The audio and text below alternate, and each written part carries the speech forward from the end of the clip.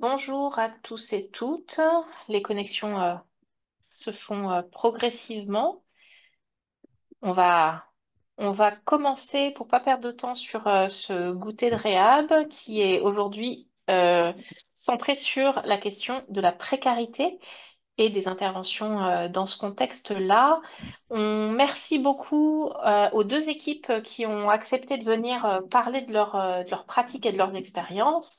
Donc on accueille l'équipe du Chez Soi d'abord de Nantes, avec le docteur Rebose et Elodie Guillaume, qui est infirmière au dispositif Chez Soi d'abord. Et puis l'équipe du dispositif d'appui en santé mentale d'Angers, avec Camille Le Guenec, qui est psychologue au dispositif, et Caroline Rezé, qui est infirmière. Merci à vous d'être avec nous aujourd'hui et de parler. Donc, on va commencer par l'expérience du chez-soi d'abord. David Rebreuz, qui suit au chez Solabor dans l'équipe d'accompagnement et qui est une formation de psychiatre, en l'occurrence. Bonjour, moi c'est Elodie. Du coup, je suis sur l'équipe d'accompagnement du CISO d'abord de Nantes depuis 3 ans et demi maintenant. Moi, j'ai une formation d'infirmière et avant le chez soi, j'étais plutôt infirmière sur l'hôpital, donc plutôt un parcours hospitalier. Et ouais, pareil, moi d'ailleurs, sur mon parcours, un parcours plutôt classique, j'ai bossé, j'ai fait PH à Blain, l'hôpital Nord-Nantes, entre Châteaubriand et Nantes, entre Rennes et Nantes. Et avec d'ailleurs, mais je le rappellerai plus tard, du coup, plutôt une formation classique, pas orientée rétable du tout plus que ça, et plutôt des stages en. J'étais interne en Loire-Atlantique, donc sur des services classiques, voilà, de secteur principalement. Enfin, ma formation de base, je la qualifierais de sectorielle et de classique psychiatrie française de secteur, avant d'arriver au chez soi. Moi, pour préciser les choses, et Marion, du coup, ça va te parler parce que moi, j'étais donc en service aussi de secteur et je me suis formée aux soins de réhab et du coup, j'avais bénéficié d'une formation sur l'établissement par un organisme WFX qui est marseillais, qui était à l'origine du chez-soi marseillais. Et du coup, voilà, ça m'a vraiment parlé et je suis arrivée par ce biais-là d'une formation dont j'avais bénéficié sur l'hôpital, sur le rétablissement en général et je suis arrivée par là au chez-soi nantais. Donc voilà, c'est un d'œil à Marion. Du coup, avec David, on a préparé un peu ce goûter. Nous, on a expliqué un petit peu avant là, dans le truc de préparation, on n'a pas trop l'habitude de présenter comme ça des choses très factuelles, voilà, sous forme de PowerPoint et compagnie. Nous, on aime bien un peu s'appuyer un peu sur la demande des gens, sur ce qu'ils en connaissent, sur leur représentation un petit peu de ce qu'on fait pour pouvoir rebondir et transmettre du coup ce qu'on veut faire passer. Donc, ce qu'on vous propose, c'est qu'on vous présente un petit peu dans les grandes lignes quand même ce que c'est que le chez-soi déjà au niveau national, puis descendre petit à petit vers nous notre pratique au chez soi nantais. Et puis qu'après, voilà, on va se nourrir un peu de vos questions et de vos interrogations et de comment vous imaginez notre boulot pour interagir, si ça vous va comme ça. Et ce qui veut dire, du coup, n'hésitez pas à poser vos questions dans le chat, même, voilà, comme disait Marion, au fil de l'eau, nous, on a le chat, donc on va aussi un peu les noter et tenter d'y répondre, ça alimentera vraiment. Même, voilà, dès qu'il y a un truc qui vous passe par la tête, n'hésitez pas, ça servira à ce qu'on rebondisse dessus. Du coup, si on commence peut-être par l'histoire du chez soi nantais, parce que moi, du coup, j'y étais dès le début. C'est une équipe qui s'est créée fin 2019, de nouveau, hein, c'est-à-dire un nouveau projet, création de projet, ça c'est pas associé à d'autres personnes, mais sur un montage qui est une déclinaison locale d'un projet national, qui lui-même est inspiré d'international, américain, Canada. Je ne vais pas refaire toute l'histoire, mais en gros, ça faisait déjà plus d'une dizaine d'années que que le premier chez soi Marseille, Lille, enfin, les premiers chez soi se sont créés en France. Et il y avait eu une expérimentation, une sorte d'évaluation nationale avec une étude pour tenter de montrer la pertinence de ce type de dispositif-là, qui était franchement novateur, en tout cas moi, de mon point de vue, par rapport aussi là d'où je parle, c'est-à-dire la psychiatrie classique, avec, bon, on y reviendra, mais la place des usagers, une adaptation, enfin, voilà, plein de choses qui vont vraiment dans le sens du rétablissement et qui sont maintenant défendues fort, je trouve. Et donc, il y a une expérimentation avec même une étude en double aveugle, enfin, ce qu'on n'est pas habitué à forcément avoir à cette échelle-là, en tout cas dans la psychiatrie sociale, pour montrer enfin, l'expérimentation a conclu à une validation du projet, à un essaimage. Euh, et du coup, actuellement, il doit y avoir plus de 30, 35, même 36 chez soi locaux en France, dans toute la France et département d'outre-mer également. Donc, nous, on est la déclinaison à Nantes du modèle chez soi. Il y a un français qui est lui-même une adaptation d'un modèle anglo-saxon, américain et canadien principalement. Il y a des adaptations aujourd'hui aussi du chez soi. Là, nous, on est sur un 100 places. Il y a des plus petits dispositifs sur des territoires plus petits. Il y a des 55 places. Il y a aussi des chez soi ruraux qui se sont montés avec vraiment un balayage beaucoup plus grand en termes de territoire. Et il y a aussi depuis 2 ans maintenant, 3 ans, Mm. des chez soi jeunes qui se sont montés vraiment sur un public cible 18-25 ans. Mm. Voilà, donc il y a eu deux territoires et c'est en train de se déployer un peu partout maintenant en France. Et du coup, bah, quand même pour dire ce qu'on fait, puisque le chez soi d'abord, qu'est-ce que c'est? C'est un dispositif d'accompagnement avec, moi je dis comme ça, mais la médiation logement en premier. C'est-à-dire que notre public, c'est des personnes en situation de grande précarité et avec des troubles psychiatriques sévères, en tout cas qui nécessitent un suivi intensif. Ça peut être formulé comme ça. Alors, ça laisse une marge de manœuvre d'interprétation. L'étude Princeps montrait plutôt que les personnes qui souffrent de troubles psychotiques, qui souffrent de schizophrénie, le dispositif a été construit autour d'eux, en tout cas. C'est comme ça que les résultats sont plus probants avec des personnes qui souffrent de ce type de problématiques. Et donc, ils sont à la rue. Hein, l'idée pour rentrer au chez-soi d'abord en tant que locataire. On appelle locataire, nous, nos usagers. On a tous des tics de langage, donc nous, on parle de locataire. Pour devenir locataire dans le dispositif, donc voilà, il y a l'idée d'avoir un diagnostic déjà établi, d'avoir une précarité d'hébergement, c'est-à-dire pas de logement, et de vouloir un appart seul. Et ça, c'est le public cible. Il y a d'autres critères. Moi, donc, j'en suis dans la liste. Ça, il faut pouvoir avoir des droits sur le territoire. Ça, c'est une limite qui fait qu'on n'accueille pas les personnes en situation de migration. Une limite. Ah, pardon. Hop, excusez. Une limite qui a du sens parce que l'idée, justement, c'est, bon, on y reviendra, mais c'est quand même de la continuité. Et là, le public qu'on accueille doit pouvoir avoir des ouvertures de droits possibles. Après, ils le font pas, on les aide, on y arrive pas, mais en tout cas, c'est possible et c'est un objectif qui permet de voir à loin si on peut voir loin, quoi. Sinon, ça refait, je pense, des doutes sur le fait de pouvoir maintenir les gens, mais après, s'il n'y a rien de possible, bref, bon, c'est une limite quand même du dispositif, mais en tout cas, ça fait partie des critères d'admission. Mhm. Euh, Ouais. Ouais. on va peut-être mettre sur Ouais, silencieux.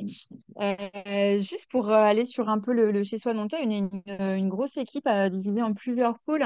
Pour vous expliquer un peu, on est 14 sur l'équipe d'accompagnement. Du coup, l'équipe d'accompagnement de travailleurs sociaux et et assistants sociaux. On est 3 infirmiers, il y a un médecin généraliste, un médecin psychiatre, un psychologue, 2 médiateurs en santé pair. J'ai fait le tour au niveau de l'équipe d'accompagnement, je pense. Ouais, du XP, ouais. Ouais, du XP, voilà. Il y a un pôle administratif, donc il y a la coordinatrice du projet, le directeur et une secrétaire. Et il y a le pôle de gestion locative adaptée, où actuellement ils sont 3. Et en fait, eux vont s'occuper plutôt de tout ce qui est vraiment technicité du logement, voilà, de capter des apparts pour les locataires, de faire le suivi de tout ce qui est des loyers, des éventuelles plaintes du voisinage et des choses comme ça. Et nous, on va essayer de tout mettre en lien. Je vois qu'il y a des questions déjà. Alors, existe-t-il une limite d'âge pour être locataire dans le dispositif? Non, il n'y a pas de C'est limite adulte. d'âge, mais adulte, oui, bien Mm. sûr. Mm. Alors là, actuellement, on accueille des jeunes enfin, qui ont éventuellement entre 20 et 25 ans. Peut-être qu'à terme, si un jour le chez soi jeune se déploie sur Nantes, on accueillera peut-être plus ce genre Mhm. de profil.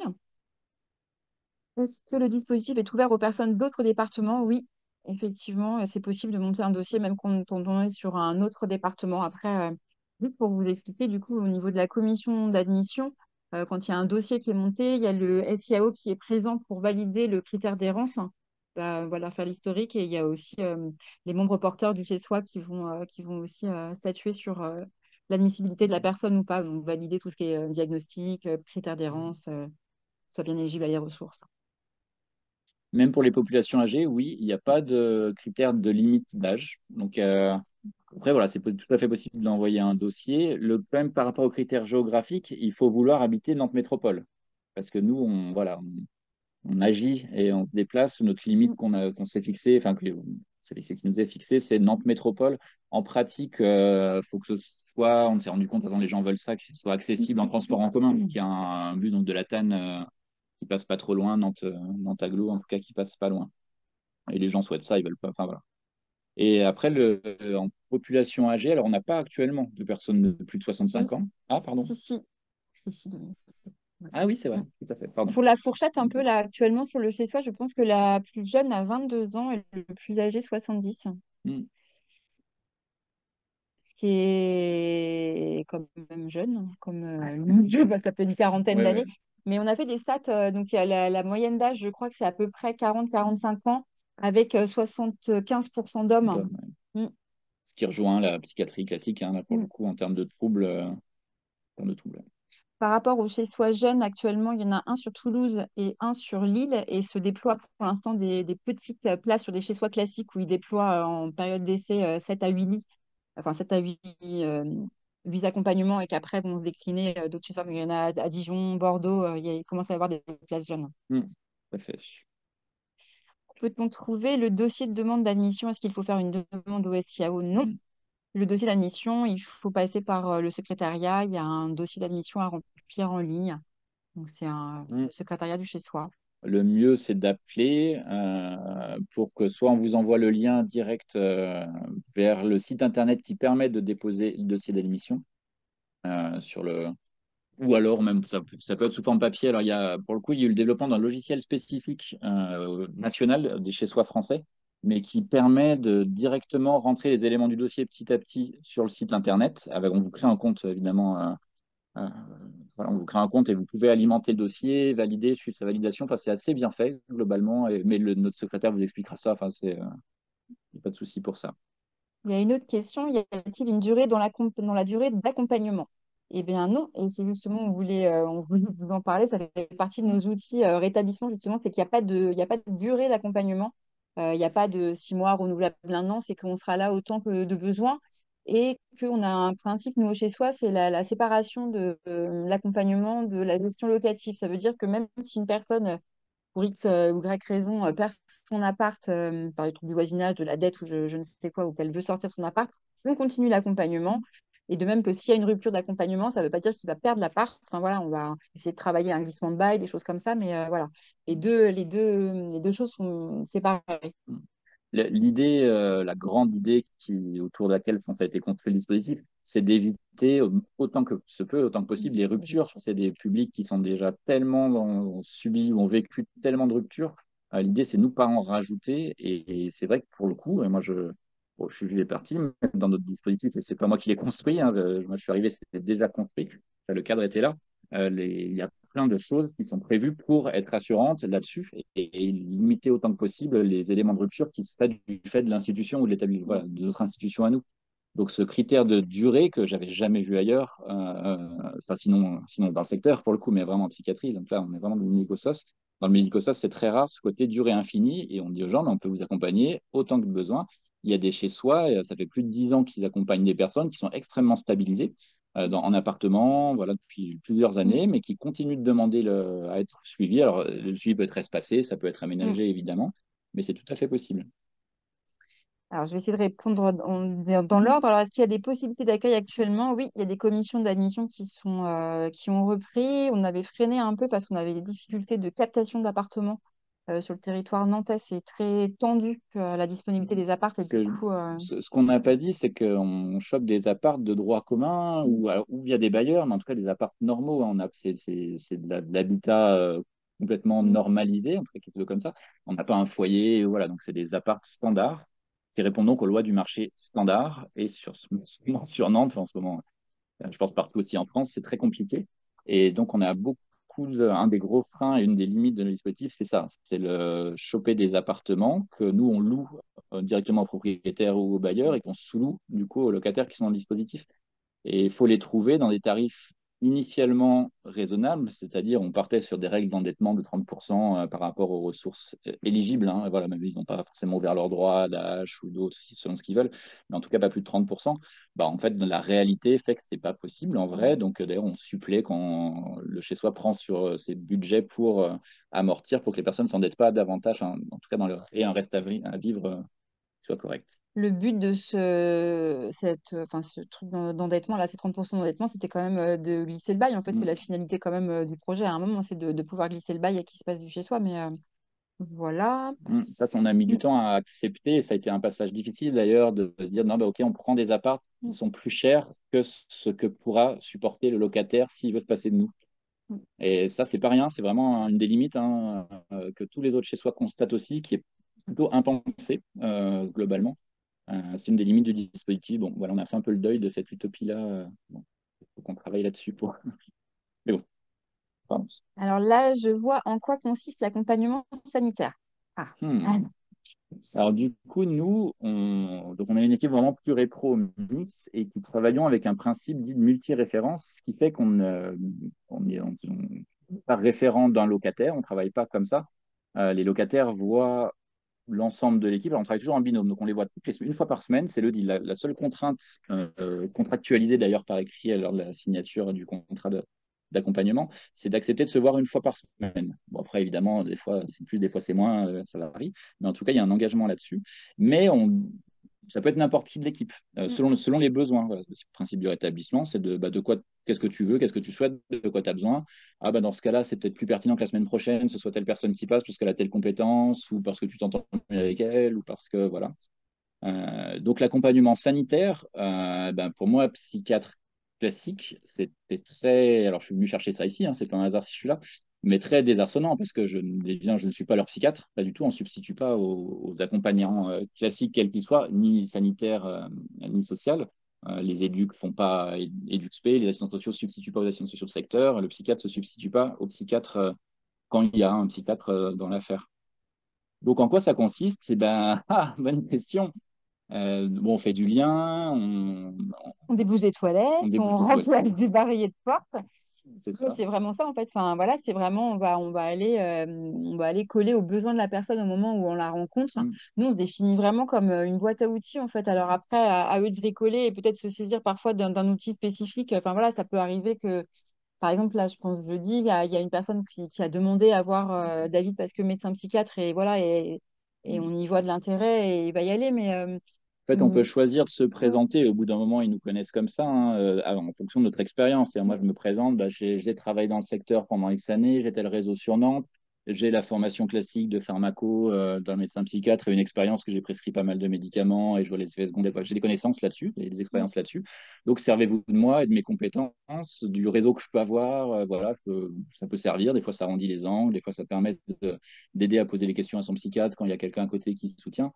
Servez-vous de moi et de mes compétences. mm. J'en ai d'autres de bricolage et vraiment que je mets vraiment en avant et que j'utilise vraiment quotidiennement au chez soi sur de la plomberie, des trucs comme ça. Et des fois, je sais que ma première année, j'ai eu beaucoup plus l'impression d'être bricoleur que d'être psychiatre. Parce que venant du secteur où je surmobilisais mes compétences de psychiatre, voilà, j'étais à 120% là-dedans. Et là, le grand écart, bon, en fait, je pense qu'en vrai, j'étais quand même plus psychiatre dans les fonctions qui m'étaient demandées. Mais subjectivement, j'avais l'impression que je venais faire du bricolage et que les gens avaient besoin de ça. Hein. Je ne me suis pas senti inutile du tout, pour le coup. Et puis, et même s'il n'y a pas de compétences, bah, c'est extrêmement intéressant aussi d'aller avec la personne, dire, bah tiens, enfin, moi je suis infirmière, monter un dossier APL, bah, je n'avais pas spécialement fait tout ça, d'apprendre, dire, bah viens, on va faire ensemble en fait, on va apprendre ensemble et c'est possible en fait d'apprendre et de comment, par quoi on passe et c'est aussi remettre aussi chacun, on ne peut pas avoir toutes les connaissances et c'est aussi intéressant la Mhm. personne de la remettre aussi dans cette posture-là, que ben, on n'est pas tout sachant non plus, nous, accompagnants. C'est intéressant. Et effectivement, ça demande quand même une sacrée déconstruction quand on arrive au chez soi en tant que professionnel, soit du sanitaire, soit du social. En tout cas, de ne pas être dans des schémas qu'on a connus hospitaliers, enfin voilà, avec quelque chose d'assez vertical. Ça demande de se réajuster, ça demande beaucoup de créativité, d'adaptabilité. Enfin Ouais, voilà, c'est bah, aussi la ça. question de la communication et entre les membres de l'équipe, parce qu'il y a des avantages et inconvénients, hein, comme toutefois dans une institution de fonctionnement. Là, il y a vraiment des avantages sur l'adaptation, le pluripro. L'inconvénient majeur, c'est sur celui de la continuité et du risque de discontinuité Mm. selon comment on communique entre les collègues. L'information peut se perdre plus facilement. Donc, il y a des outils développés pour. Je pense à ce fameux logiciel qui permet quand même une communication. On note beaucoup, beaucoup, beaucoup de On choses. est extrêmement connectés chez soi. On Ouais. est tous des téléphones, enfin voilà, tous des ordinateurs, Mais ça beaucoup nécessite d'outils de une sorte de communication. gymnastique Mm. différente et pour être aussi passé par là, et je suis pas le seul, les collègues en parlent aussi facilement, mais il y a quand même, on a, c'est une gymnastique où on n'a pas forcément toutes les infos. On peut pas, en fait. Donc, on arrive avec un locataire, il y a un côté un peu plus. J'ai des infos en tête. Des fois, sur des périodes d'un mois, je vais voir beaucoup un même locataire parce que soit du fait du hasard ou d'une forme de pseudo-continuité qui est demandée. Et là, je vais avoir les choses en tête. Des fois, je vais pas le voir pendant 1 ou 2 mois, le revoir après, j'aurai raté des infos. Et c'est OK que je sois pas au courant de tout. Et je vais pas être dans la maîtrise de son dossier ou de son histoire récente, voire ancienne. Et ça, c'est très particulier Et puis dans le ouais. professionnel. Et après, c'est aussi remettre la personne au cœur de son accompagnement. C'est aussi Mm. à elle peut-être parfois de dire bah voilà où on en est. Toi, tu prends le relais aujourd'hui, mais voilà où on en est. Enfin voilà, c'est aussi remettre la Clairement, personne au centre. et là, je pense que c'est fait pour, enfin, moi, en tout Mm, cas, je défends cette idée-là, c'est que ça m'évite de me croire connaître mieux la vie de la personne que lui-même mm. et d'être mieux, plus maître de sa situation que lui. Ce qui, en tant que le dispositif classique de psychiatrie, je trouve, favorise la position d'expert sachant mieux que la personne ce qui est bon pour elle et c'est ça. Donc là, ça évite ça, hein. Par contre, ça, c'est un des avantages. Je remonte un petit peu Mm. les questions. Alors, y a-t-il un accompagnement hors les murs dans le cas d'une expulsion, par exemple? Oui, tout à fait. La personne peut perdre son appart, être incarcérée. On continue l'accompagnement. On Sachant va le qu'on voir ne où il va est. pas forcément voir les gens dans leur appart, on leur demande où ils veulent nous voir, et il y en a qui ont l'appart et qui veulent pas Mm. qu'on les voit dans leur appart. Après, on insiste un peu pour quand même avoir un regard de ce qui se passe dans l'appart, vu que c'est censé être notre médiation principale, et que voilà, donc pour au moins les voir une fois par mois dans l'appart. Bon, il y en a qui, on n'y arrive pas, hein, voilà. Après, on entend souvent parler un peu dans l'après-coup, mais c'est pas une obligation. On connaît bien les cafés de Nantes, les parcs, voilà, les parcs sont des lieux. Alors, il y a les questions de confidentialité, mais bon, on se Mm. débrouille comme ça. Alors, existe-t-il un glissement de bail et si oui, sur quels critères? Donc oui, ça existe maintenant. On n'a pas encore eu de glissement de bail sur le chez-soi. C'est compliqué parce que les propriétaires ou les bailleurs peuvent être un peu frileux. Voilà, il y a des dossiers à monter, il ne faut pas qu'il y ait de dettes, il ne faut pas qu'il y ait de troubles du voisinage. Donc c'est un peu fastidieux. Les propriétaires ne veulent pas forcément glisser le bail parce qu'il y a des garanties pour eux, enfin voilà, en termes de loyer payé, de remise en état de l'appartement. Enfin voilà, il y a quand même des garanties qui sont offertes par le chez-soi et c'est compliqué de faire glisser les baux. Et sur le au national, en fait, même si c'est vraiment l'objectif, hein, et le dispositif est construit pour qu'il y ait du glissement de bail à terme, c'est très rare. Mm. Je crois que c'est moins de 5% de glissement de bail, même sur les soit anciens hein, qui ont une grosse expérience. Et voilà, c'est en fait le glissement de bail. Oui, c'est l'objectif et on l'a en tête et c'est ce qu'on vise. En pratique, et malheureusement, alors du fait de plein de choses, ouais, c'est compliqué. Le Mm. turnover est quand même compliqué au chez-soi. Enfin, d'une part, par cette absence de glissement de bail, il y a aussi les locataires c'est quand même un sacré filet de sécurité pour eux. Du coup, il y a peu de turnover. Et c'est pour ça, à Marseille, il y a un deuxième chez-soi qui s'est monté plutôt que de faire tourner parce que bah, finalement, ça ne tourne pas. Il y a un Mm. deuxième chez-soi qui s'est monté. Parce on a aussi, je pense que tu l'as dit, mais je vais peut-être le répéter, un nombre de places fini. C'est-à-dire que sur Nantes, on est prévu pour 100 places, point. Dimensionné pour ça et non extensible, ou alors il faudra créer une autre équipe comme ils ont fait à Marseille d'ailleurs, Mm. voilà. Mm. Mais ce qui aussi est très sécurisant, je leur dis dans les choses importantes, il y a la durée infinie, le fait qu'on soit une dimension finie, pour moi, hein, pareil, qui vient de l'hôpital public, unité d'admission, secteur où on accueille autant que de besoin, alors que les moyens sont finis, et ben, ça crée une sacrée sécurité. Enfin, pour moi, ça me sécurise énormément que de savoir pardon, que non, on est dimensionné pour, le projet est pensé pour ça, et on a les moyens pour tel travail, en fait. Ce qui lutte, à mon avis, contre la précarité psychique que l'équipe aussi peut subir, évidemment, comme tout le monde. Une personne qui risque d'être à la rue peut-elle faire un dossier pour intégrer votre dispositif? Pour moi, non. Il faut que le Non, critère d'errance soit validé. Du coup, là, non, s'il non. est en appart, ça ne marche pas. Travaillez-vous avec les bailleurs sociaux? Oui. Alors, actuellement, on a 65 appartements sur notre parc et il me semble qu'il y en a à peu près entre 18, ouais, 15-18 Mm. de bailleurs sociaux. Historiquement, le Mm. projet donc, qui avait été travaillé en amont hein, à l'époque par le LPP, enfin, notamment nantais, avait pas mal d'appui politique. Et du coup, quand on a ouvert chez soi, en gros, il y a eu 20 appartements qui étaient prescrits de bailleurs sociaux, avec un soutien politique de la municipalité, hein, vraiment, qui a dû faire ce qu'il fallait pour qu'on soit. Et puis ceux qui avaient créé le projet avaient travaillé dans ce sens-là. Et puis après, voilà, ça s'est arrêté rapidement. Il y a eu ces apparts et puis là, sur le renouvellement, c'est beaucoup plus compliqué. Les bailleurs sont pas des philanthropes, hein, loin de là. Donc, ils ont les mêmes problématiques que dans le privé. Et voilà, après, c'est du travail de partenariat, de confiance à créer. Et là, pour le coup, on n'a pas été bon les premières années sur les questions de partenariat, vraiment. Enfin, on a eu la tête ailleurs, je pense, et on a sous-estimé les. Bon, bref, là-dessus, c'était une erreur. Bon, on a fait ce qu'on a pu. Mais en tout cas, le travail partenariaux pour notamment bailleurs, mais pas que, sont vraiment. Là, on solidifie ça. On augmente et on solidifie ça. Et on a encore beaucoup de travail pour justement être connu et repéré correctement et perçu comme fiable aussi, je pense. Après, c'est compliqué parce que pour avoir rencontré les bailleurs sociaux, ils ont aussi beaucoup de publics cibles un peu en termes de priorité. Et en fait, on se rend compte qu'il y a multiples priorités. Je pense par exemple aux familles ukrainiennes à un moment. Enfin, et du coup, c'est compliqué. Ouais, oui, ils ont Voilà, des cibler choix quoi. Ils ont impossibles à des faire choix, aussi, c'est ça. c'est sûr. Donc, il faut se battre là-dessus. Mais bon, voilà, Mm. il faut mettre des moyens. Il faut que nous, on mette des moyens aussi pour être présents et communiquer auprès d'eux, hein, c'est sûr. Alors, comment vous accompagnez le projet professionnel? Alors là, il y a des chez soi où il y a des job coachs. C'est pas notre cas pour l'instant. Il y a quelque chose qui est en train de se monter là avec d'autres associations sur le territoire. C'est en cours. Voilà, là après, comment on accompagne le projet pro, enfin, concrètement, ce Comme ce matin, matin, on ouais. a été voir un locataire voilà, qui a vraiment l'envie de reprendre un emploi sur le milieu ordinaire. Du coup, voilà, on a orienté, on a appelé, passé des coups de fil avec lui sur des assos que nous, on connaît à côté qui accompagnent vraiment de façon proactive ces projets pro. C'est vrai que pour l'instant, nous, on n'a pas de job coach sur le chez soi. Ouais. Sachant qu'évidemment, les gens, enfin, souvent, enfin, pas tous, hein, mais quand même souvent, une fois dans l'appartement, ils s'ennuient et Mm. le travail est vraiment perçu comme très important et pour des raisons financières aussi, hein, évidemment. Mais ouais, l'envie de travailler est vraiment très, très, très normale et soutenue, enfin, fréquente. Et là-dessus, c'est vrai qu'on on tente plutôt de faire relais vers des gens, des assos qui sont plus spécialisés là-dedans que nous et qu'on connaît. Là, ce matin, on a orienté vers permis de construire, puisque la personne avait un parcours carcéral. Et le club house aussi, qui peut être enfin, de bon soutien relais pour aussi bosser les projets professionnels. Il y a des clics emploi aussi. Enfin, voilà. Et après, des collègues, il y a d'autres collègues, alors qui ne sont pas présents aujourd'hui, mais je pense à Pauline, assistante Ouais, sociale, qui s'était très l'appétence un peu motivée, plus. avec plus Ouais. d'appétence que nous. Voilà, on a chacun aussi Mm. nos points d'intérêt, et là, on sera plus en avance. C'est voilà, pour développer ces partenariats-là et cette spécialisation-là chez soi. Quel rôle ont les MSP au sein du chez-soi? Alors, il n'y a pas d'MSP aujourd'hui avec nous, on aurait bien aimé, mais en fait, ils ne bossent pas le lundi, les deux MSP qu'on a.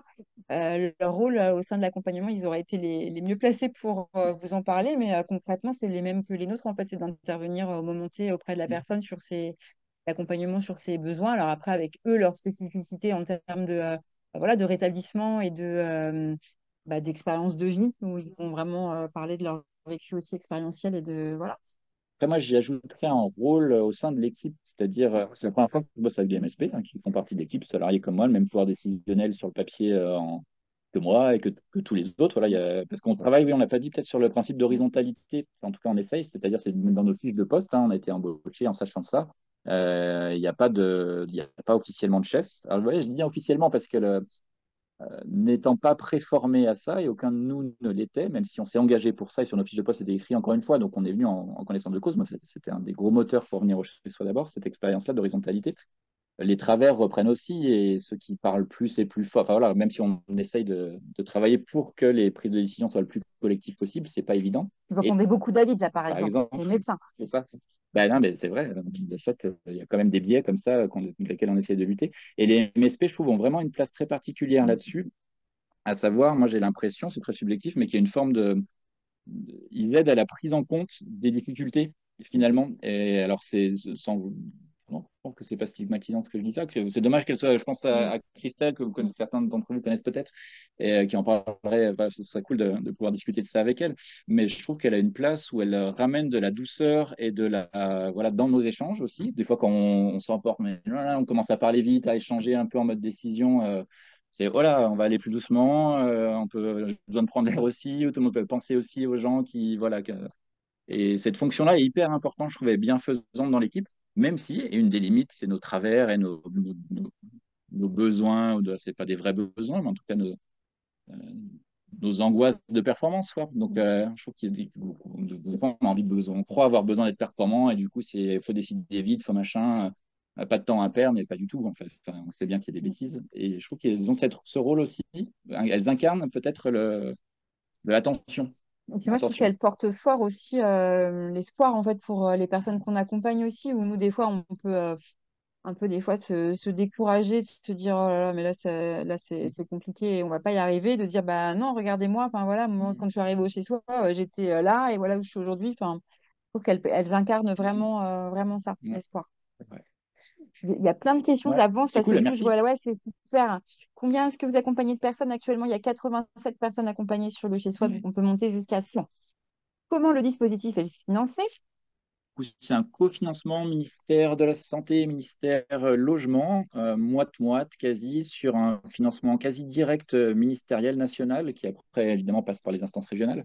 Et ce qu'on disait tout à l'heure, mais en préparant, c'est que c'est une de nos sécurités aussi. On a beaucoup de chance, mais ça a été pensé comme ça, c'est qu'on n'est pas du tout inquiet sur nos financements. C'est des financements extrêmement pérennes, quasi à 10 ans, et on n'est pas inquiété de nos renouvellements. Voilà. Ce qui nous permet de tenir sérieusement le discours comme quoi on peut accompagner les gens autant que de besoin. C'est cohérent, quoi. Je vais au fil de l'eau, hein. Les personnes Mm. vivent-elles seules ou en colocation? Elles vivent seules. Enfin, c'est des appartements en bail de sous-location, mais pas de colocation. Après, on a quelques locataires qu'on accompagne qui sont en couple. Alors après, on accompagne la personne Mm. qui est signataire sur le bail, mais elle peut accueillir du monde chez elle. Enfin, voilà, et le C'est couple en un fait bail partie. classique de Mm. sous-loc, du coup, c'est son appart. Donc, si elle veut héberger quelqu'un, on ne peut pas lui en interdire. Et clairement, alors, bah, vous l'imaginez bien, toutes les situations existent.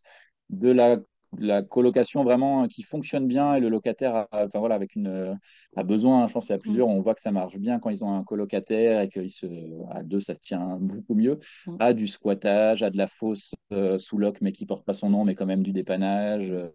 Voilà, donc tout existe. Après, quand nous, notre référentiel aussi, c'est la loi. Donc, le contrat stipule pas de sous-location. Donc, si on suspecte une Mm. sous-location, on dit, t'as pas le droit de faire ça.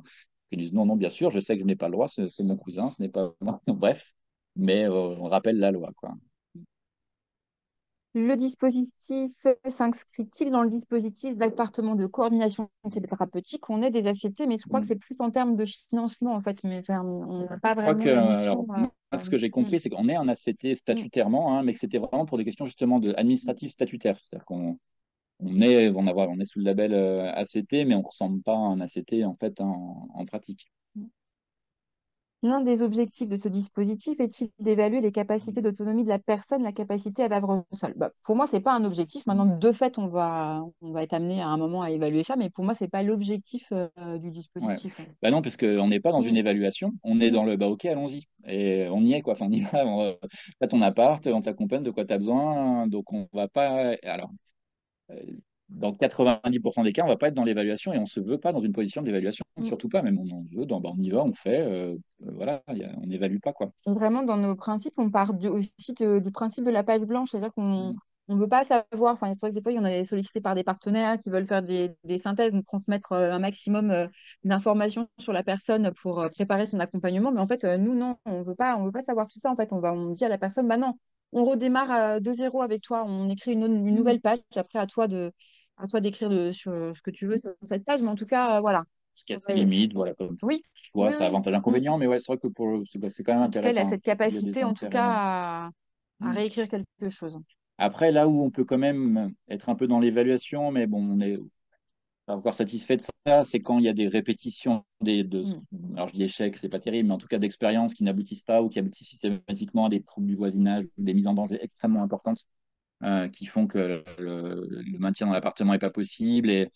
Et là, on va peut-être se mettre en position d'évaluer, à dire, bah là, écoute, c'est compliqué, on va habiter un appart seul, c'est très compliqué, est-ce que c'est Mm. bon? Et là, on a quand même une fonction d'évaluation, en vrai.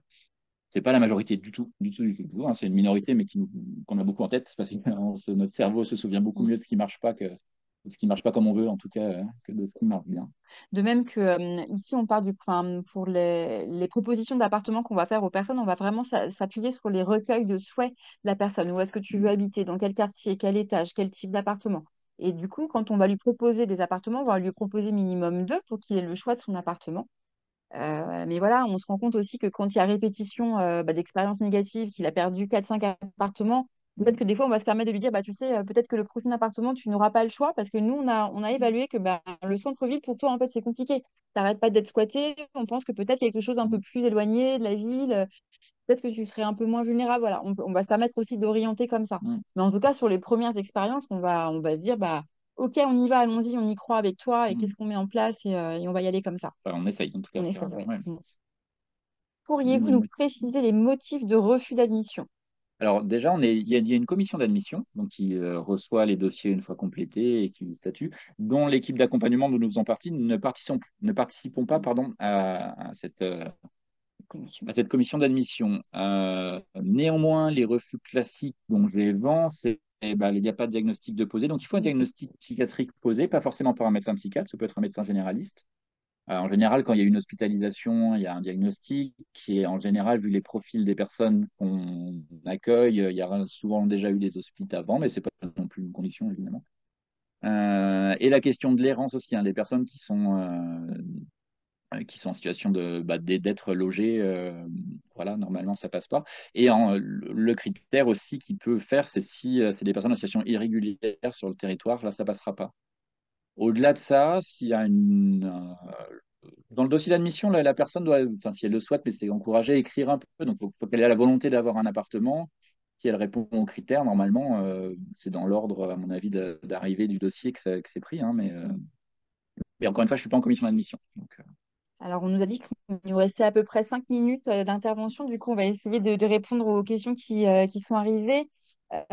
Proposez-vous des activités de groupe en plus des entretiens hebdomadaires? Oui, il y a des activités de groupe une fois tous les 15 jours. Voilà, on recueille les souhaits des personnes sur ce qu'ils ont envie de faire. Et voilà, on essaie de construire un planning d'activités pour 2 mois. Bien souvent, on recueille les souhaits d'activité au Graal. Alors, on va mm. vous présenter ce que c'est le Graal. Du coup, je vais laisser Ouais. la parole à Ouais. David. Le GRAL, c'est le groupe de réflexion et d'action des locataires. Donc, c'est une activité collective qui a lieu une fois par mois. Et l'idée, en fait, alors voilà, c'est aussi, ça rentre un peu dans le cadre du rétablissement et de l'empowerment et enfin, c'est d'essayer de faire incarner la citoyenneté, en tout cas le pouvoir d'action des gens sur le dispositif. C'est-à-dire, moi, enfin, c'est pas moi d'ailleurs, mais ce qui me tient à cœur, en tout cas, c'est que les locataires puissent modifier notre dispositif. Et dans cette instance-là, l'idée, c'est qu'on discute et on travaille sur, OK, qu'est-ce qui va pas bien dans notre dispositif, qu'est-ce qu'il faudrait améliorer, qu'est-ce que vous voyez. Ça, c'est l'idéal. C'est ce que moi, j'avais un peu naïvement aussi, de façon un peu idéalisée en tête, en disant, ouais, ça va impliquer les gens dans le dispositif, il faut qu'ils nous critiquent, c'est hyper important qu'ils puissent nous critiquer pour pas qu'on soit en situation de pouvoir et croire que notre truc est idéal et que c'est eux qui n'adhèrent pas. Enfin, ce serait de leur faute si ça marchait pas. Non, non, c'est que si ça marche pas, c'est aussi notre dispositif qui est mal foutu, il faut qu'on le modifie et c'est à eux de nous aider à le faire. Bon, en pratique, ben, c'est compliqué à faire vivre parce que déjà, on s'est rendu compte que faire un groupe, enfin, c'est bête ce que je vais dire, hein, mais les premiers Graal, ben, voilà, les personnes qu'on a communes sont en difficulté à être, à être avec les autres, bon, comme tout le monde, mais peut-être pour certains plus que tout le monde. Du coup, déjà, pouvoir prendre la parole en collectif, c'est un exercice extrêmement ambitieux, rien que ça.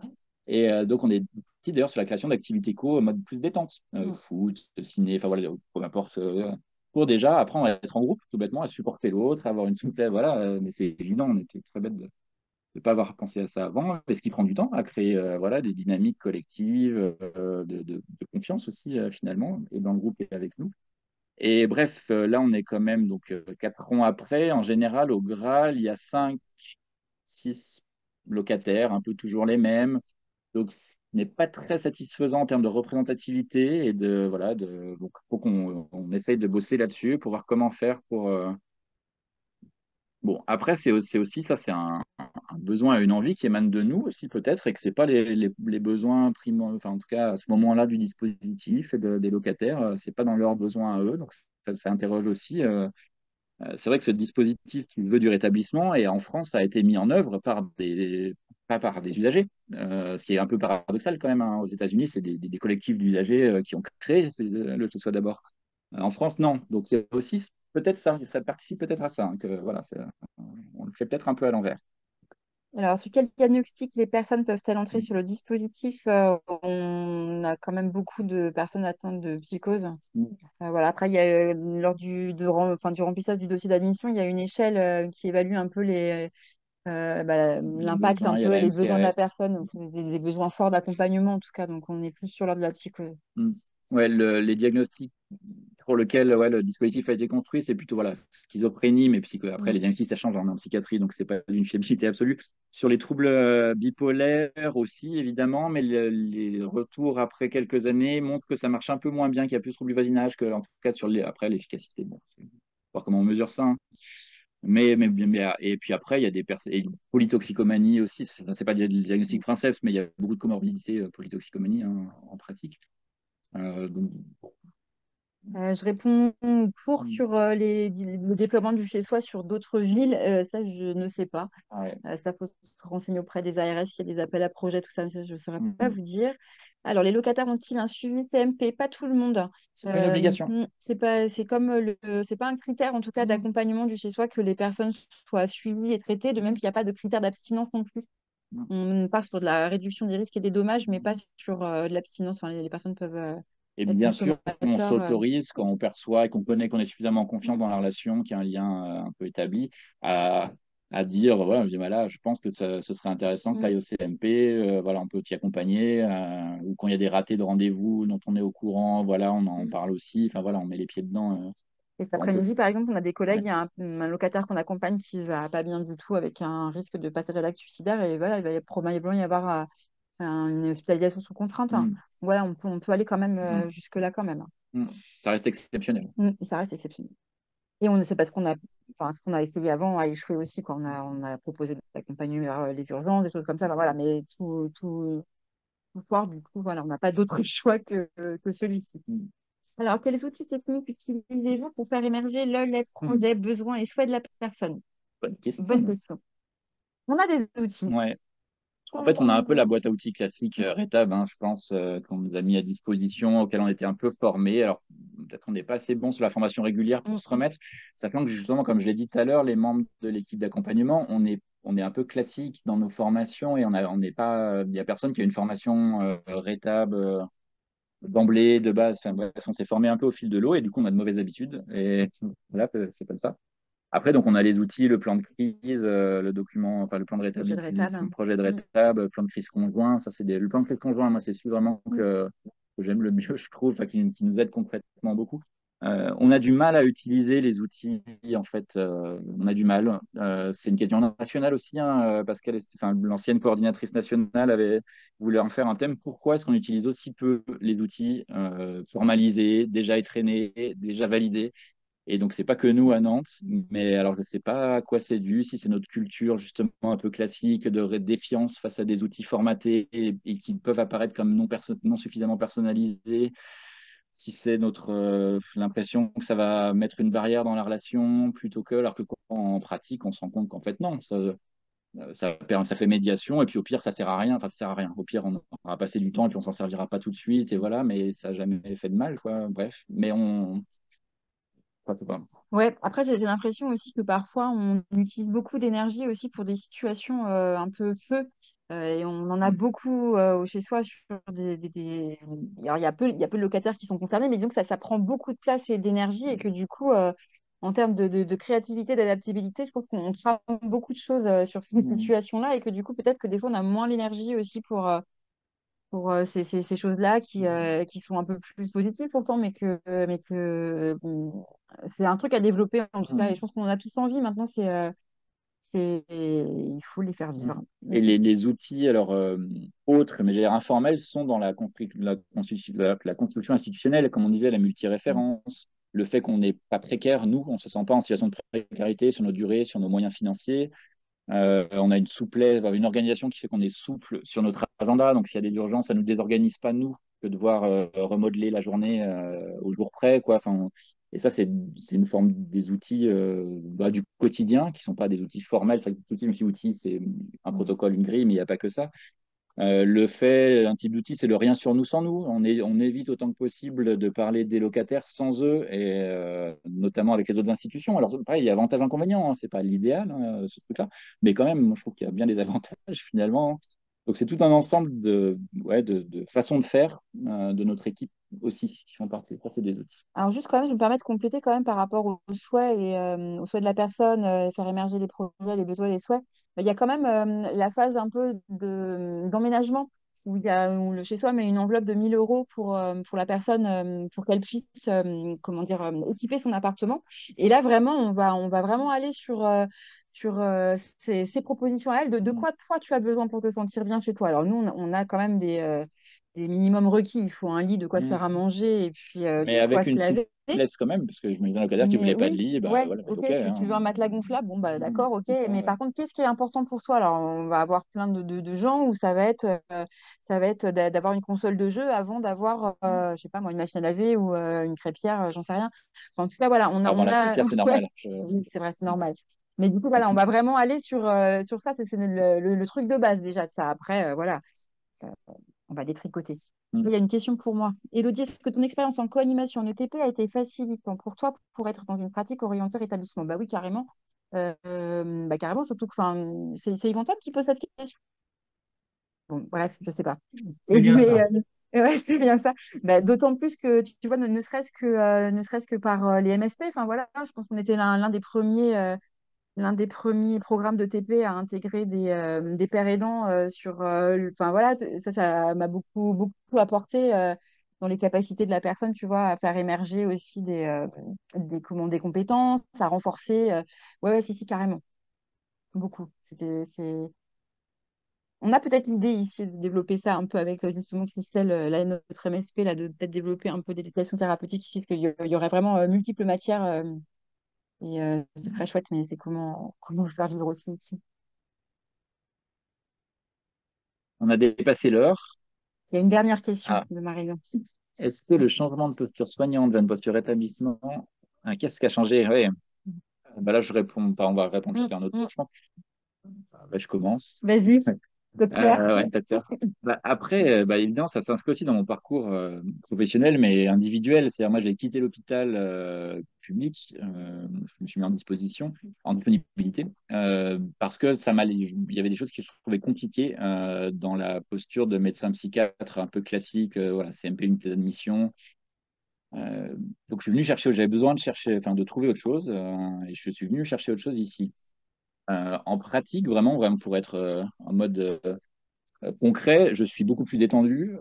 J'ai un sentiment que les responsabilités sont beaucoup plus partagées et c'est extrêmement précieux sur le plan psychique et sur le plan de croire que que j'ai la responsabilité de la vie des autres. Bah, je me sens plus, enfin voilà, je trouve que je suis plus en posture plus honnête là-dessus et plus réaliste probablement par rapport à ce que je croyais être ou que ce que je croyais devoir être à l'époque.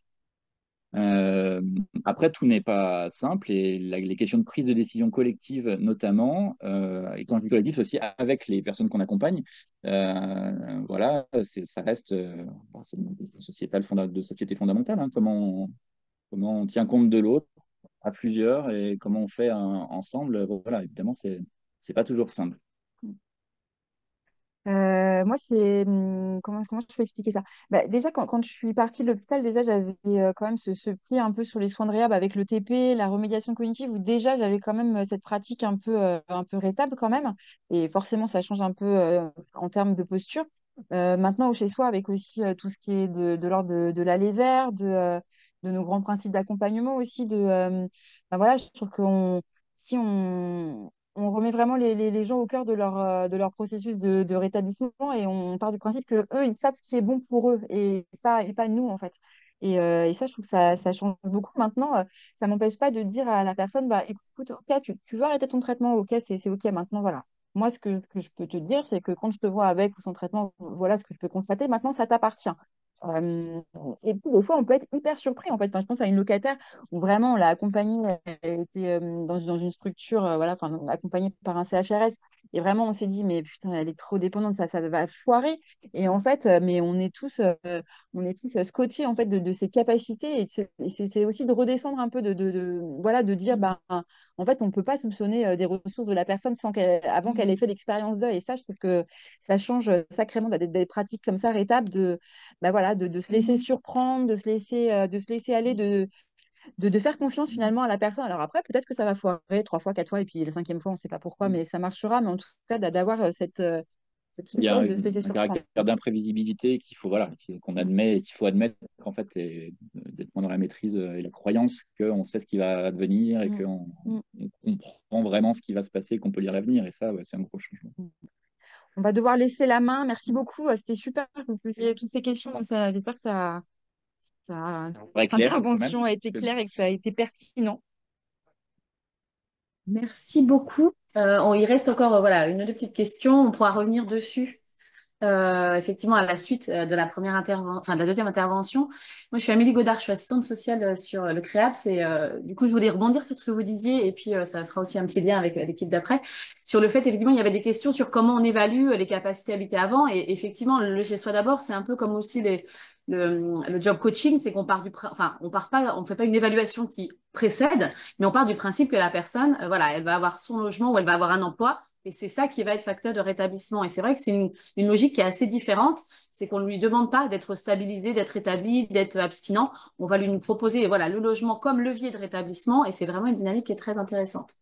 Notre deuxième voilà, équipe d'intervention. Alors là, on n'est pas forcément sur une question d'absence de logement. Il peut y avoir effectivement des personnes qui sont accompagnées, qui sont en situation de précarité malgré le fait qu'elles aient un lieu de vie. Donc, du coup, vous avez une intervention, vous, qui est effectivement plus large. Je vous laisse la parole. Et puis, bonjour. Bonjour à tous.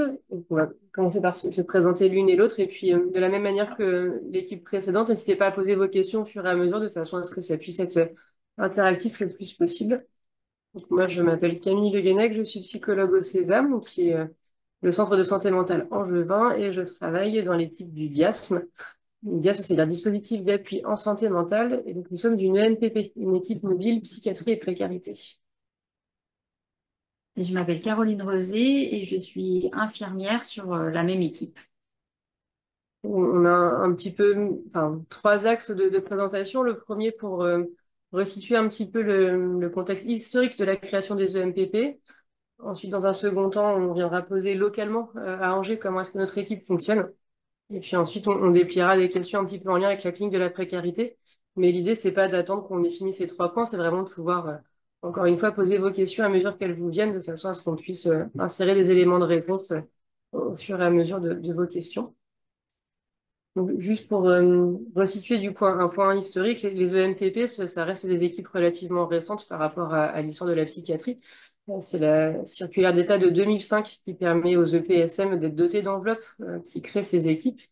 Le constat qui était beaucoup partagé des équipes de rue à l'époque, donc quand je parle des équipes de rue, on pense aux éducateurs de rue, aux éducateurs de quartier, aux maraudes des cellules sociales, c'est que les personnes qu'elles pouvaient rencontrer à la rue pouvaient présenter pour une grande partie d'entre elles des souffrances psychiques, voire des pathologies psychiatriques, et qu'il y avait peu de lieux de rencontre de soins possibles pour ces personnes-là. C'est-à-dire que la souffrance s'exprimait au décours des rencontres à la rue, et nos collègues de secteur pouvaient, quand on les sollicitait, répondre qu'il n'y avait pas de problème pour les accueillir, mais ça impliquait que la personne puisse être en capacité d'aller jusqu'au CMP, donc jusqu'au lieu de soins.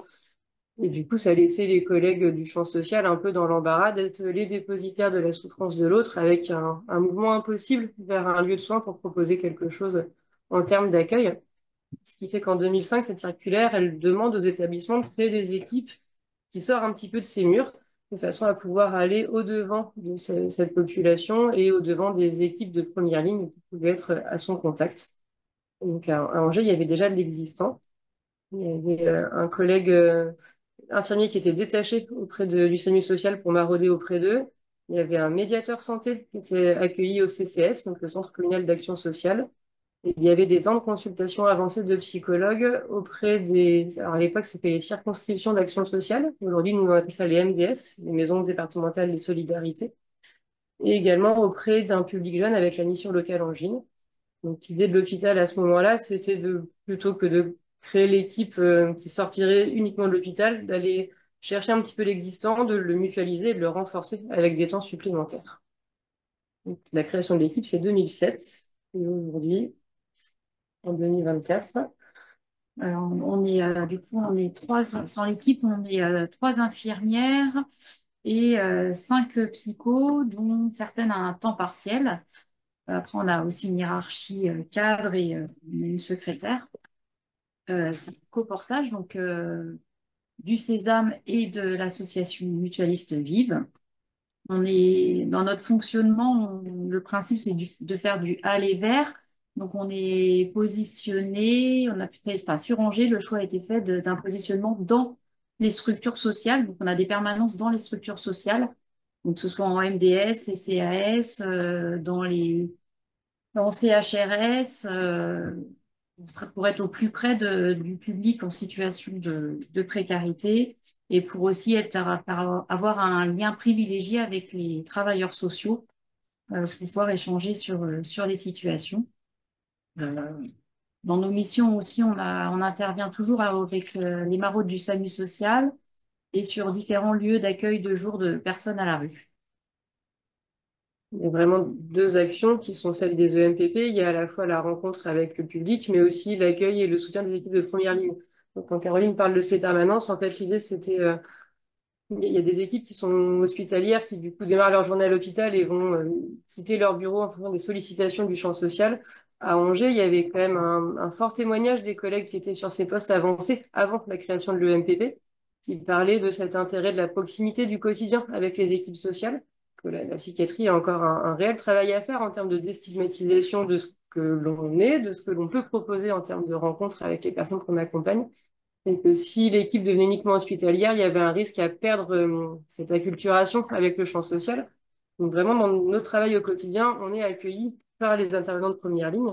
Donc, on est en réunion d'équipe le lundi matin et ensuite, on a chacune, on a aujourd'hui une équipe uniquement féminine, mais on a chacune des permanences qui sont établies à la demi-journée dans les structures sociales qui sont repérées comme étant les plus ressources pour les personnes en situation de précarité qui du coup nécessitent l'accompagnement de ces lieux. Sur certains lieux, notamment sur les accueils de jour, on est plutôt sur le collectif, ce qui fait qu'on est au milieu des personnes avec les intervenants sociaux. Et c'est vrai ça nous permet de se faire connaître avant de se faire connaître en tant qu'infirmière psy ou en tant que psychologue. Ils nous connaissent avec nos prénoms et dans les activités qu'on peut faire avec eux. Ça permet de créer un lien avant de pouvoir parler du soin, effectivement. Faciliter l'accès aux soins, c'est être présent de manière régulière sur certains lieux, notamment les accueils de jour, les CHRS. Ça fait, en tout cas, dans l'intervention précédente, il y a beaucoup de choses qui faisaient un petit peu écho à ce que nous, on peut proposer. Il va y avoir effectivement, par moment, un accompagnement plutôt classique, entre guillemets, avec des propositions de rencontres et d'entretien avec une fréquence qui va dépendre à la fois de nos capacités à accueillir, mais aussi de l'état de santé de la personne. Mais il y a beaucoup de lieux qui nous accueillent où justement l'intérêt, c'est de pouvoir sortir un peu de nos postures habituelles. Et bah oui, la psycho avec qui tu manges le jeudi midi un poulet frites ou avec qui tu vas jouer aux cartes ou aller planter quelques semis, bah, c'est ce qui fait qu'on va là aussi essayer de tendre le plus possible à une symétrie dans la rencontre avec les personnes pour ensuite pouvoir installer un lien de confiance. Donc c'est ce qui nous demande du temps, mais c'est aussi ce qui est passionnant, c'est à ce prix-là que la rencontre, elle est possible. Vos lieux de permanence varient selon la demande. Alors oui et non, c'est-à-dire que donc on est une équipe coportée, ça veut dire que dans la partie hospitalière de notre équipe, on est titulaire de la fonction publique et se pose pas trop la question de comment on continue nos postes. Sur la partie de l'Union mutualiste, on est contraint à des reconductions d'appel à projet, donc nos financeurs ont un regard sur les lieux qui vont nous accueillir. Donc, ils ont pensé avec nous un outil de liaison qui est une fiche de saisine qui nous permet de pouvoir, tous les lundis matins, justement, étudier les nouvelles sollicitations des partenaires avec on essaye le plus possible de proposer une forme d'équité dans l'accès à notre équipe, c'est-à-dire que les lieux qui nous accueillent en permanence ont cette facilité de pouvoir nous rencontrer. Tous les jours, on se voit, on peut échanger sur les situations qu'elles accompagnent. Mais on est 10, donc on n'est pas présent dans l'ensemble des CHRS, on n'est pas présent dans l'ensemble des antennes des MDS ou des missions locales.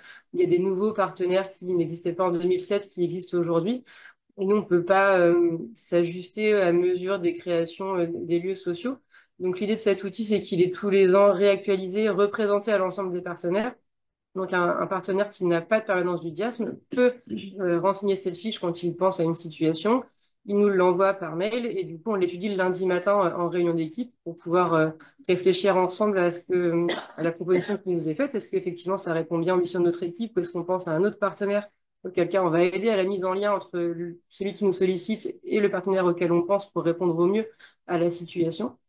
Et ces fiches de liaison, en fait, si dans un point de vue immédiat, elles nous permettent de répondre aux sollicitations, elles nous permettent aussi, à l'échelle de l'année, de faire notre rapport d'activité. Donc, on anonymise la fiche, mais on a du coup une cartographie à la fois du public qu'on accompagne et des partenaires qui nous sollicitent. Ce qui fait que, autant il y a certains lieux qui sont des impondérables parce qu'ils correspondent aux demandes des financeurs. Je pense au MDS quand je dis ça parce que le département fait partie des cofinanceurs du dispositif. Autant on a cette souplesse-là de pouvoir ajuster nos permanences en se disant, bah tiens, là, tel partenaire, il demande moins, peut-être que ça veut dire qu'il y a moins de besoins en ce moment, donc on va peut-être y aller moins régulièrement. Et ça nous rendra plus disponible pour tel partenaire qui, cette année, a fait beaucoup de fiches. Et de façon à y répondre de façon plus ajustée, bah, ça justifierait qu'on puisse pouvoir y aller de façon plus régulière. Et donc, on va inventer des nouvelles permanences qui n'avaient pas lieu, qui n'existaient pas auparavant. On n'a pas vocation à se substituer au droit commun. Donc, effectivement, c'est l'objectif des EMPP, c'est d'aller vers, mais aussi de réorienter et vers le droit commun. Donc, les CMP, l'hôpital psy ou le médecin généraliste. Quand il n'y a pas de médecin généraliste, ça peut être une des premières propositions. Mais aussi, on fait aussi le lien pour les patients. Je rebondis sur l'errance tout à l'heure. On a beaucoup de personnes, de patients qui sont à la rue, qui ont un suivi ou qui ont eu un suivi, qui ont été hospitalisés. Et en fait, dans nos missions, on essaie de recréer du lien ou de faire du lien entre la rue et le soin, avec nos collègues des CMP notamment, pour essayer de raccrocher ou de ramener la personne vers le soin. C'est vraiment un travail d'interface entre le sanitaire et le social. C'est-à-dire que nous, les lieux qui nous accueillent au quotidien, c'est le social, mais notre point de départ, c'est le sanitaire. Nos collègues du Sésame sont des collègues qu'on connaît, et d'autant mieux nos collègues infirmiers qui sont sur des postes qui sont tenus au roulement. Donc, du coup, les collègues qu'on accueille dans notre équipe ont bossé en secteur, ils retourneront ensuite, ce qui nous assure aussi des liens de travail assez intéressants avec nos collègues de l'hôpital. Donc, on ne se substituera pas à l'accompagnement du secteur, mais on va pouvoir être facilitateur de liens entre le champ social et l'équipe sanitaire qui parfois n'a pas cette connaissance ou n'a pas ce temps-là de pouvoir aller s'installer dans le champ social comme nous, on peut le faire au quotidien.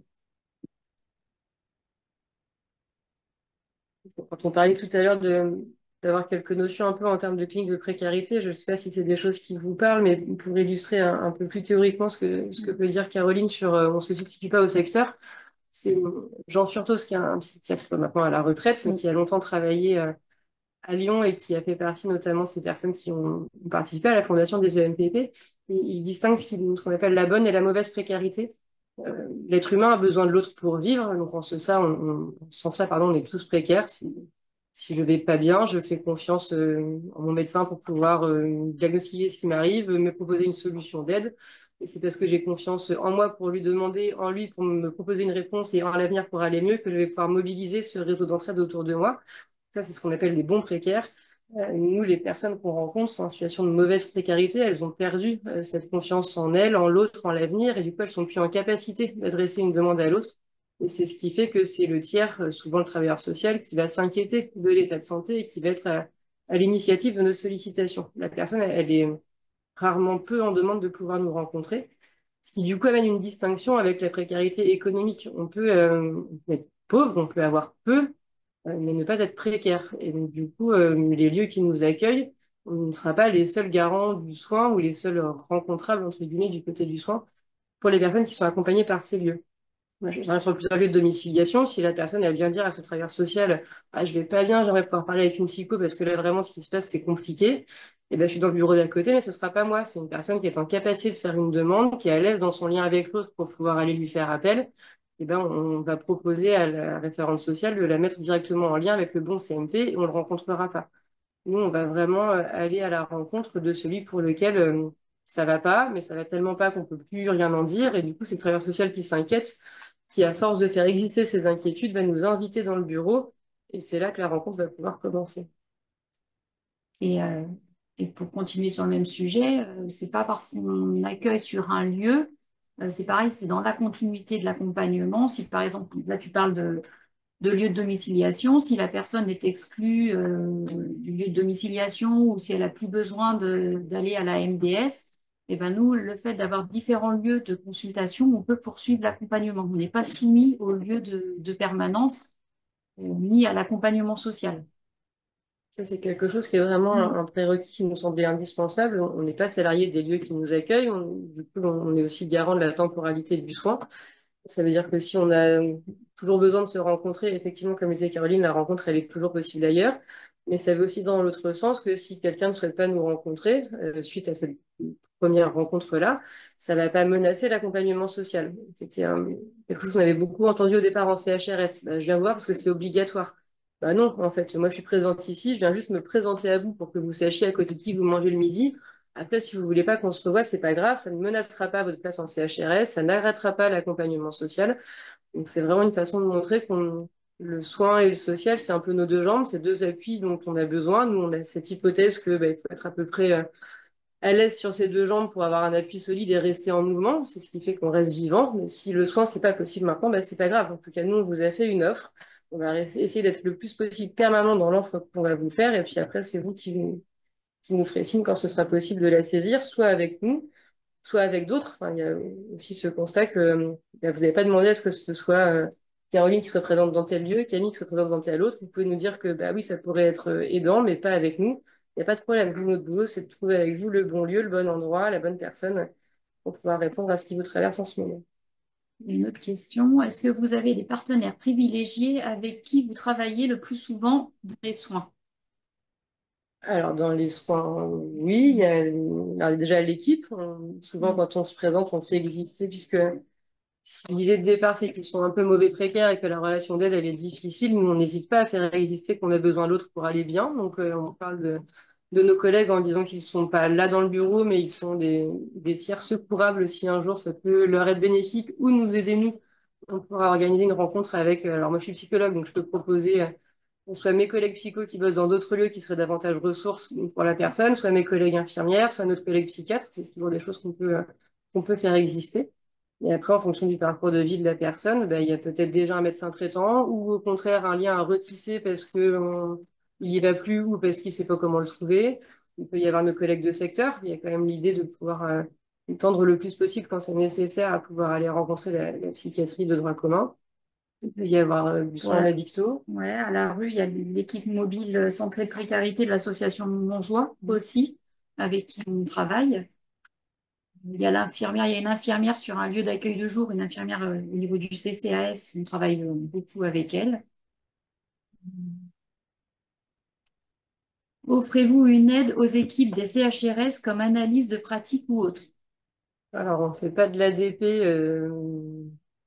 en tant que tel. Par contre, on a effectivement des temps d'échange clinique avec les équipes qui nous accueillent pour parler de situations généralement qu'on accompagne avec elles. Donc, c'est aussi en ça que c'est pas de l'ADP parce que du coup, on n'est pas un tiers complètement extérieur ni à l'institution parce qu'on y passe notre quotidien, ni à la situation évoquée parce qu'on peut soit déjà l'accompagner, soit on en parle avec l'équipe parce que l'équipe a ce besoin qu'on puisse essayer de réfléchir à comment réussir à aller l'accompagner. Donc, il y a effectivement des temps de soutien et de reprise avec les équipes, mais c'est pas tout à fait de l'ADP. On parlait des permanences, mais effectivement aussi, on est une équipe mobile qui s'adapte et souvent, enfin, régulièrement, les entretiens, c'est pas dans un bureau. Ça peut être pareil, à la marge dans un café, mais ça peut être sur un banc, en marchant dans un parc. On s'adapte pour faciliter la rencontre.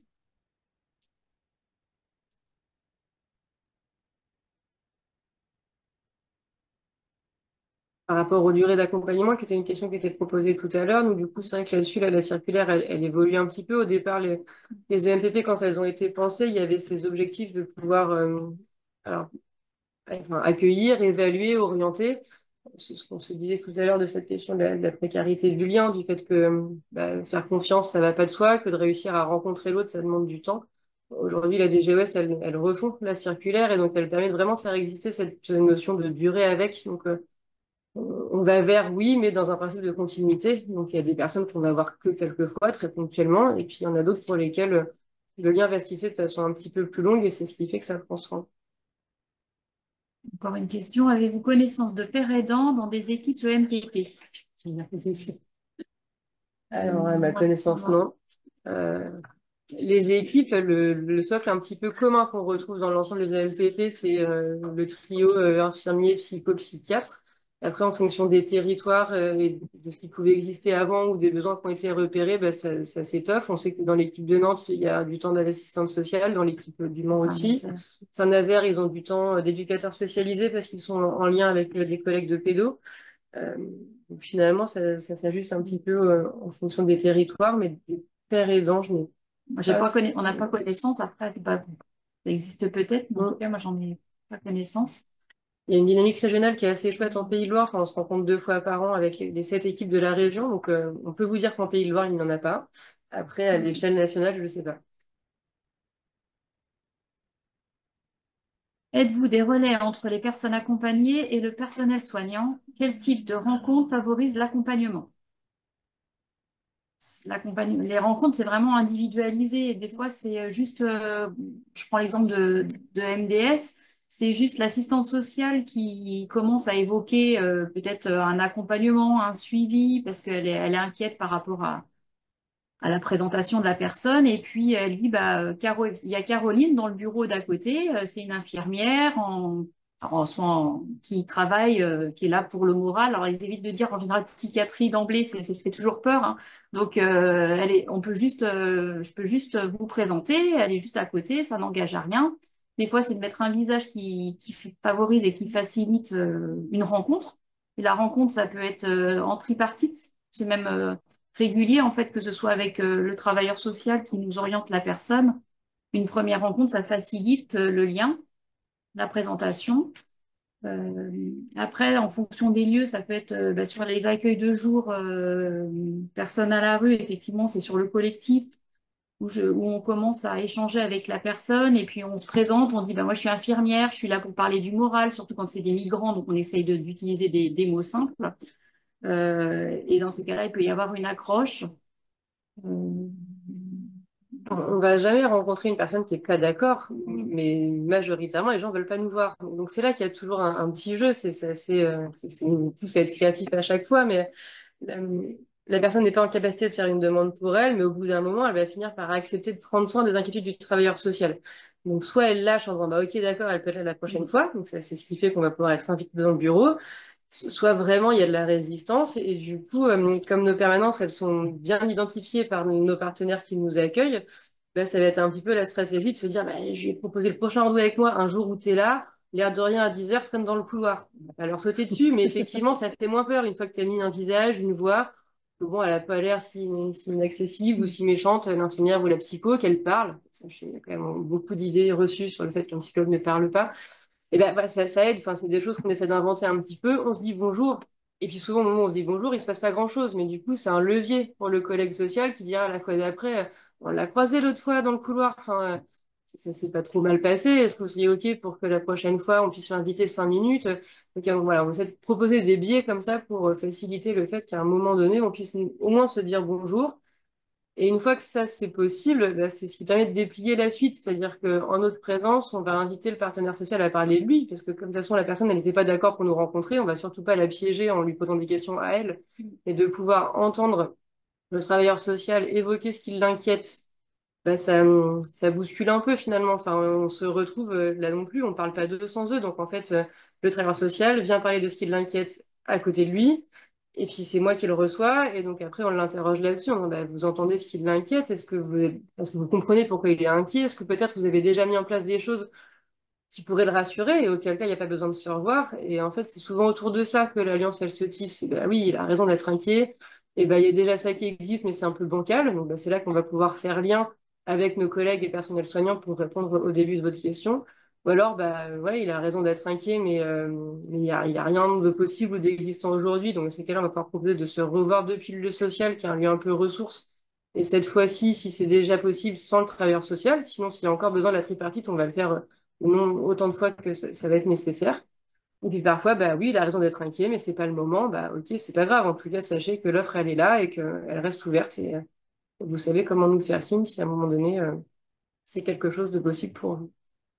Et puis pour revenir à la première question, êtes-vous le relais entre les personnes accompagnées et le personnel soignant? Effectivement, on a l'interface entre le sanitaire et le social. Donc, quand on commence à accompagner une personne, et ben, on l'accompagne si elle est prête à aller vers le CMP pour une prise en charge plus globale On prend rendez-vous avec elle, on peut l'accompagner au rendez-vous au CMP. De même, s'il y a une personne qui est en soins en CMP, on sait qu'elle est à la rue, on sait qu'elle a une injection retard, on peut lui rappeler son injection retard ou son rendez-vous.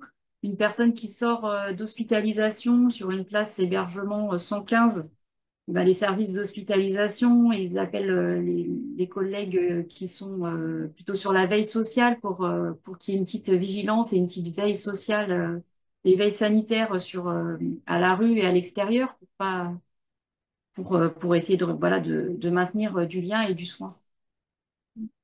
Et juste par rapport au public, parce que tu évoquais tout à l'heure le fait que sur les accueils de jour, l'intérêt d'utiliser des mots simples, c'est qu'il y avait des personnes qui sont allophones.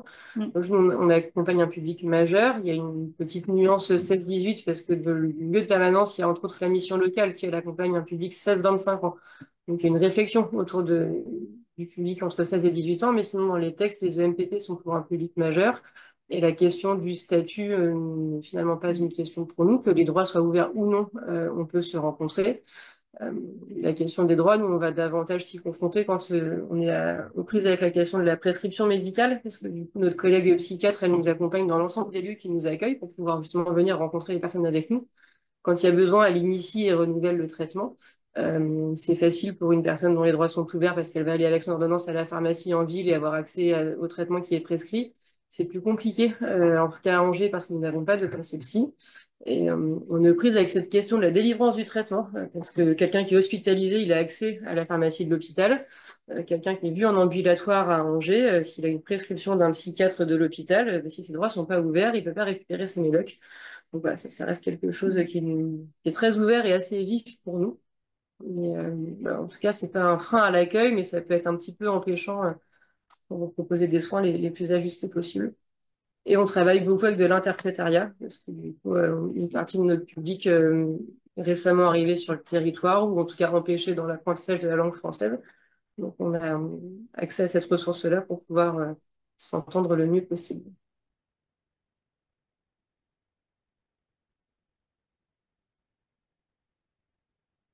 C'est bon pour votre Bah, présence. Enfin, voilà, s'il y a pas pas plus d'autres de questions, questions. c'est bon pour nous. Moi, ce qui m'intéressait aussi, c'était, enfin, enfin, tu disais que ça fait quelques années effectivement que tu étais sur l'équipe. On parle beaucoup des liens qu'il y a à faire et de la nécessité de la complémentarité, enfin, de l'interconnaissance des différents acteurs. Est-ce que tu as vu une évolution sur le lien, enfin, la manière de travailler ensemble, indépendamment enfin, sans forcément passer par le diasme, entre les équipes du social et les équipes du soin, enfin, grâce à cette médiation qui petit à petit s'est inscrite dans le territoire angevin. On parlait d'acculturation tout à l'heure, je trouve que c'est quelque chose qui est, en tout cas que nous on observe. Donc le diasme c'est 2007 sa création, donc ça fait maintenant quelques années effectivement que ça existe et avec des partenaires qui nous accueillent en permanence qui sont là depuis le début. Et du coup, on va partager l'accompagnement des personnes. On n'a pas toujours la même temporalité, le même vocabulaire pour en parler. On n'a pas non plus la même aisance pour aller solliciter le partenaire. Donc ce qu'on observe là au bout de 15 ans, c'est que les partenaires médico-sociaux qui nous accueillent depuis longtemps ont développé, enfin, c'est ce qu'on appelle la clinique par extension, ils sont devenus vachement plus fins sur le repérage de signes à bas bruit, ils savent comment solliciter les collègues de secteur, et donc du coup, quand ils nous appellent, on se sent généralement à la bonne place, au bon moment, et donc dans notre capacité à pouvoir proposer une réponse. C'est moins le cas des partenaires qui nous sollicitent depuis plus récemment, ou qui n'ont pas cette expérience d'une permanence avec nous, qui du coup nous connaissent moins, donc vont peut-être nous attendre à une place à laquelle on ne peut pas répondre, ou sur une temporalité qui ne va pas être la nôtre. On parlait de situation chaude tout à l'heure, je crois, bah, cette situation un peu d'urgence où bah, c'est là tout de suite maintenant, ça fait du bruit, il faut que vous veniez, bah, j'ai pas de baguette magique, on a des collègues de Saint-Nazaire qui disent on n'est pas à la bague de la psychiatrie, enfin, c'est pas parce que quelqu'un s'agite que c'est nous qui allons venir, c'est pas comme ça qu'on travaille. Et donc, voilà, tout ce boulot-là, il demande de se connaître. Et pour se connaître, il faut vivre des expériences de travail au quotidien ensemble. Donc, oui, il y a une réelle différence entre ceux avec qui on bosse depuis 15 ans et ceux qui n'ont pas de soignants à leur côté. Mais enfin, d'où l'intérêt de pouvoir travailler ensemble. C'est toujours sur uniquement enfin, la ville d'Angers, Alors, où il y a une en extension. première couronne, D'accord. parce que du coup, là, on a une collègue qui est sur la MDS Sud-Loire, donc ça couvre Chalonne et ça D'accord. descend jusqu'à Brissac, Torcy. Mais pour l'instant, c'est ça. Après, il y a une volonté des financeurs de pouvoir s'étendre. Après, c'est avec quels moyens et quel sens on y met, ça c'est une question qui... Enfin, nous, on en a une idée sur le terrain, mais voilà, c'est pas... ça ne nous appartient pas, cette question-là. Mais... Donc, ça veut dire que vous pouvez être sollicité par des petits acteurs de terrain. Enfin, c'est pas forcément des gros partenaires avec lesquels vous travaillez depuis le début. Ça peut être n'importe quel interlocuteur qui accompagne les personnes en situation de précarité, qui repère une difficulté d'ordre psychique et notamment une difficulté d'accès aux soins, qui peut vous interpeller directement. C'est l'intérêt de cette fiche de liaison, vraiment. C'est que justement, elle est disponible à point de vue numérique. N'importe qui enfin, déjà, nous, on la présente à tous nouveaux partenaires dont on a connaissance, mais on ne connaît pas tout. Donc, elle se diffuse, cette fiche-là. Donc, il y a aucun problème pour pouvoir nous l'adresser. Et donc, juste de savoir qu'on aura une équipe le lundi matin. Donc, en fait, il y a une réponse automatique qui est faite quand vous envoyez une fiche. On vous précise qu'elle sera étudiée le lundi prochain. Ce qui, là aussi, amène qu'on n'ait pas une équipe d'urgence. Donc, ça nécessite de penser un petit peu les choses. Et tout le monde peut faire une fiche de liaison. Il n'y a rien d'excluant là-dedans. Il y a deux questions. Au-delà de la passe, est-ce que d'autres partenaires vous manquent sur le terrain? Alors, on est en lien avec la passe du CHU. On a une permanence à la passe du CHU. Donc, c'est vraiment sur la passe psy qu'il y a quelque chose qui n'existe pas à Angers. Un partenaire qui me manque, mais ce goûter aurait eu lieu il y a 1 an et demi. J'aurais peut-être pas eu cette réponse-là, mais justement, on a depuis 1 an maintenant une permanence à La Passe, parce que ça faisait partie des partenaires qui nous sollicitaient de plus en plus et pour lesquels ça nous paraissait important de pouvoir aller s'y installer un peu mieux. Donc, on a une demi-journée, on est présente en binôme avec une collègue infirmière et une collègue psycho. Et du coup, autant sur tous les autres lieux, finalement, celui qui fait un peu le tiers vers nous, c'est le référent social, autant à La Passe, celui qui fait tiers vers nous, c'est le soignant somatique. Et en fait, c'est des personnes qui, une fois qu'elles se retrouvent un peu déboutées de leurs droits ou alors uniquement domiciliées à la SPADA, elles ont très peu de relais d'un point de vue social. Et nous, on n'a pas de temps d'assistante sociale. Et même si la clinique par extension, ça marche dans les deux sens et que probablement, à la fin de ma carrière, je pourrais instruire un RSA, et ben, il n'empêche que je ne suis pas travailleur social. Donc, il y a plein de moments là où je me sens hyper empêchée. Et puis, la demande d'asile, c'est tellement complexe et spécifique et ça bouge que, effectivement, il faut... un assistant social, un travailleur social, c'est précieux. Donc voilà, avant qu'on passe autant de temps à la passe, moi, ça me manquait pas trop. Là, franchement, c'est compliqué. Mais ça peut me manquer. Est-il possible d'intervenir à domicile? Ben oui, bien sûr, ouais. Parce que pour différentes raisons, une raison principale, c'est que des personnes, quand le travailleur social nous oriente cette personne, des fois le frein c'est le soin tout court, mais le frein ça peut être l'impossibilité, l'incapacité de sortir de chez elle ou de prendre un transport en commun.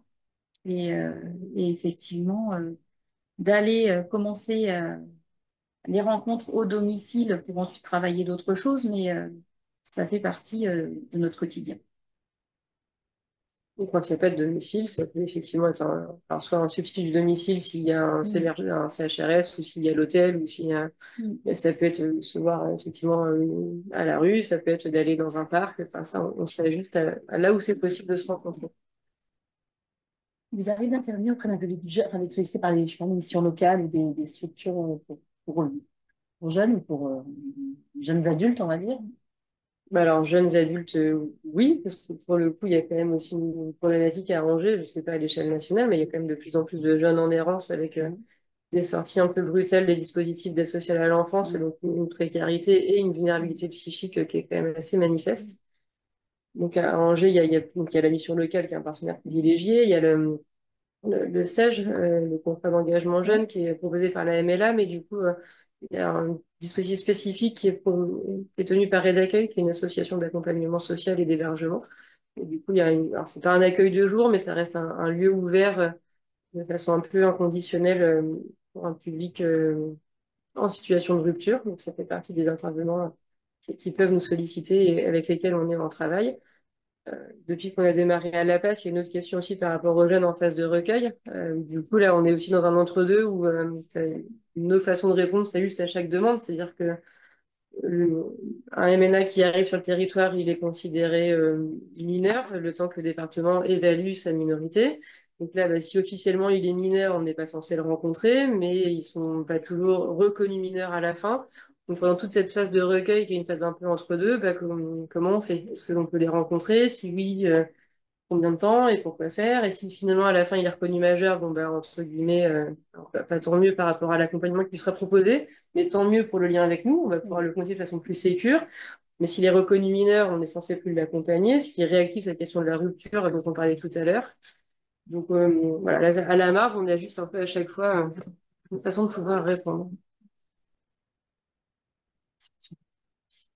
Comment accompagnez-vous le public précaire que vous rencontrez dans leur établissement? C'est une vaste question. Ouais.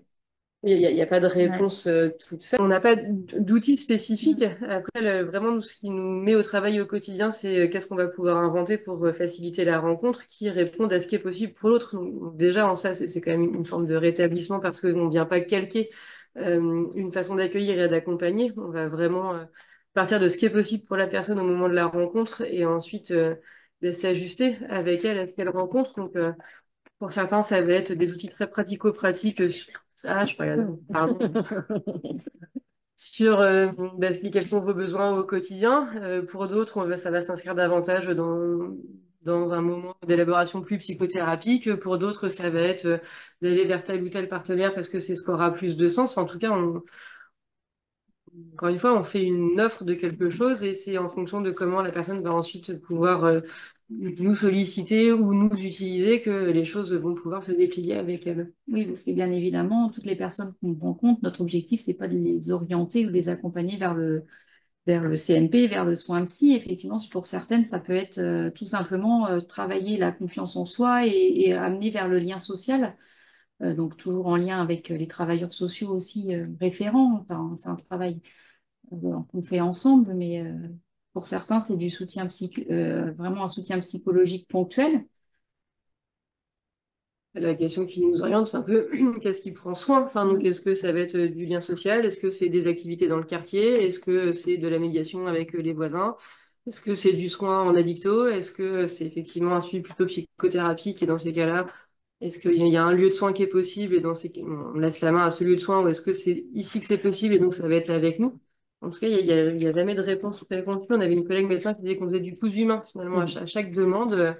On coud avec le fil qui est proposé par l'autre pour voir ce que ça peut tisser et comment est-ce que on va avancer avec cette question-là pour lui. Ça rejoint un petit peu ce dont on parlait tout à l'heure. On parle beaucoup de l'aller vers. L'idée, c'est aussi ce qui est utilisé, je vous en parlerai un tout petit peu après, mais il y a des recommandations de la HAS qui sont parues en fin d'année dernière, qui sont hyper intéressantes. Il parle aussi du rester avec, ça c'est assez important parce qu'il n'y a pas que le moment du bon, ben, on va proposer, mais il y a aussi tout ce qui peut être derrière et ce qui s'inscrit dans la temporalité de la personne.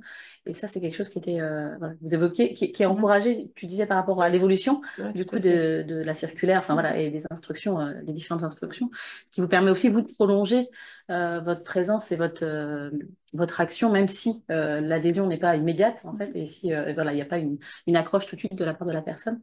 Donc, c'est assez intéressant. Et puis, ça évite aussi des ruptures sur les personnes qui ont un parcours émaillé par multiples ruptures, effectivement, d'avoir cette possibilité d'accompagner sur la durée. Ça crée un environnement sécure. Ça le crée dans tous les sens, c'est-à-dire qu'à la fois, nous, ça nous protège. Tout à l'heure, l'équipe de Nantes parlait beaucoup de la sécurité dont on a besoin en tant que professionnel pour pouvoir accompagner. Moi, de savoir que quand je fais une offre de soins, elle va rester ouverte le temps nécessaire pour l'autre, c'est ce qui me permet de me sentir à minima cohérente quand j'ouvre cet espace-là. Je serais bien embêtée si on me disait, comme c'est à la mode dans certains lieux, bah, c'est pas plus de 6 fois ou pas plus de 6 mois, parce qu'on ne peut pas présager avant de s'être rencontré du temps qui va être nécessaire pour la personne qu'on accompagne. Mais du coup, cette sécurité-là, elle permet que bah, on est là, on est saisissable, on verra bien où ça nous emmène. Mais du coup, de durer avec, c'est aussi ce qui va garantir et autoriser d'autres liens. Il y a certaines personnes, justement, parce qu'elles ont un parcours qui est émaillé par les effets traumatiques de la rupture dans leur lien avec l'autre, une fois qu'elles sont un peu installées avec nous, ben, enfin, c'est pas qu'elles peuvent plus le lâcher, mais c'est si on venait leur dire, maintenant ça va, du coup, débrouille-toi ailleurs, et ben, il y aurait un risque à ce qu'on soit nous aussi une rupture supplémentaire et un risque à ce que le ailleurs, il soit pas possible. Et du coup, leur permettre l'expérience de Là, ça va mieux. Le travail, ça devient une question qui est possible. Il y a une CIP, c'est son boulot d'accompagner ça. Vas-y, mais moi, je reste dispo. Bah, du coup, il y a des allers-retours avec les partenaires à la fois du champ sanitaire et du champ médico-social, où du coup, on permet plusieurs appuis et c'est ce qui rend d'autant plus stable et sécure les accompagnements. Donc, de pouvoir garantir une présence, c'est ce qui va les autoriser à pouvoir aller éprouver d'autres liens, tester d'autres lieux, tester d'autres endroits, voir si ça correspond davantage à là où ils en sont avec ce filet de sécurité que bah, nous, on est encore là et qu'ils peuvent y revenir. Et prendre le temps de pouvoir se dire au revoir, c'est aussi quelque chose qui est hyper précieux parce qu'on ne précipite pas les choses. On vous a mis sur le chat les liens vers les fiches qui ont été faites par l'HAS. Enfin, voilà. Moi, je voulais juste vous faire un petit point dessus pour vous dire que c'était juste des recommandations, mais c'est des recommandations qui sont intéressantes, notamment pour les professionnels les travailleurs sociaux ou les professionnels du social qui ne sont pas forcément en lien direct aujourd'hui avec, enfin, qui n'ont pas forcément accès ou qui sont pas forcément en lien direct avec des EMPP. Effectivement, ce lien, il est recommandé, hein, donc les EMPP font partie des interlocuteurs privilégiés. Sur les fiches, vous les retrouverez toutes sur le lien qu'on vous a mis, pardon. Il y a des points clés. Donc, c'est vraiment quels sont les points clés pour l'intervention auprès des personnes en grande précarité présentant des troubles psychiques. Donc, c'est bien effectivement spécifique à ce public-là. Il y a une fiche qui est spécifique pour les équipes sociales. Il y a une fiche qui est spécifique pour les personnes nécessitant une hospitalisation en psychiatrie et donc explique un peu voilà, quels sont pour vous, professionnels du social, les signaux d'alerte, comment vous pouvez commencer à repérer et quels sont vos interlocuteurs privilégiés dans ces situations-là. Donc c'est vrai que c'est intéressant d'avoir ces éléments-là. Il y a aussi des fiches sur la paire aidance, parce qu'effectivement, on a parlé des médiateurs de santé pair par rapport à l'équipe d'un chez soi. Il n'y a pas de paire aidant aujourd'hui dans les équipes de MPP, mais, voilà. Mais vous en avez d'autres. Vous avez des paires aidants ou des médiateurs de santé pair dans plein de structures. Donc que ce soit sur le Sésame, pour citer effectivement le 49, ou dans des associations sur la région des Pays de la Loire. Et effectivement, la paire aidance fait partie des outils qui favorisent le rétablissement des personnes concernées. Et puis, vous avez aussi un lien dans ces fiches avec les besoins de formation pour les professionnels. Ils évoquent les formations premiers secours en santé mentale. Alors, c'est vrai que voilà, c'est des formations qui se développent beaucoup aujourd'hui au niveau national, mais ça permet à des interlocuteurs qui sont en contact direct avec des personnes en souffrance psychique d'avoir déjà des premiers éléments clés de comment j'aborde les choses avec la personne, comment j'interviens en situation de crise aussi éventuellement. Mais c'est vrai que c'est des formations qui sont très accessibles et qui permettent aux professionnels de se sentir aussi un peu plus armés et aussi de faire du lien plus facilement avec les interlocuteurs une fois qu'ils ont repéré peut-être une vulnérabilité ou une fragilité. Les fiches, elles appuient aussi, elles mettent beaucoup l'accent aussi sur le repérage précoce. Et on sait en santé mentale que plus le repérage se fera tôt dans le parcours, plus le rétablissement sera accessible et rapide. Donc, c'est des choses qui sont aussi très importantes et qui sont soulignées par l'HAS. Et puis aussi tout ce qui est en lien avec donc le pouvoir d'agir, l'empowerment, enfin, voilà, l'autodétermination, le respect de la temporalité et de l'individualisation dans les prises en charge qu'on a retrouvées à la fois dans la présentation au niveau d'un chez-soi et puis aussi dans votre présentation. Donc ça, on rejoint vraiment des valeurs en lien avec les pratiques orientées rétablissement et c'est très, très intéressant. Je voulais proposer à Élodie et David peut-être voilà, de nous rejoindre à nouveau. Peut-être vous avez aussi des questions sur le MPP. Après, vous connaissez les fonctionnements des MPP, mais peut-être autrement des choses à préciser, à rajouter. On vous a un petit peu, voilà, on vous a un peu forcé à tenir pour votre intervention tout à l'heure, mais peut-être vous aviez des choses à compléter ou. Ouais, après, moi, mais bon, c'est pas forcément très joyeux. Je connais mal la situation sur votre, enfin, près d'Angers, mais c'est la question des relais avec les secteurs qui sont, enfin, en tout cas, très mal menés en termes de, voilà, et à quel point vous pouvez ou pas être, ou quelle solution vous trouvez parce que j'imagine qu'il y a pas mal de personnes où, au bout d'un moment, c'est quand même la question d'aller vers une équipe de soins que j'imagine sectorielle dans les schémas un peu classiques du terme. Mais est-ce que les équipes de secteur sont encore présentes, ont les moyens de leur présence? Mais bon, j'ai peur que ça nous amène sur un terrain un peu dépressionnel, je ne sais pas. Alors effectivement, le Sésame est en restructuration. Il y a eu beaucoup de modifications, que ce soit au niveau des secteurs, au niveau de l'organisation. Mais c'est quelque chose qu'on travaille effectivement, de reparler de la clinique de la précarité, de tout de tous les lieux et partenaires sociaux qu'il y a à l'extérieur, de tous les lieux de C'est le lieu connu, enfin, les lieux enfin, utilisés, c'est pas le bon terme, mais par les personnes à la rue pour avoir une meilleure connaissance. Et puis, on travaille aussi le lien, on prend des rendez-vous au CMP. On sait que les délais, alors, au niveau infirmier, sur notre territoire, c'est tout à fait honorable. On sait qu'au niveau psychiatre, c'est compliqué.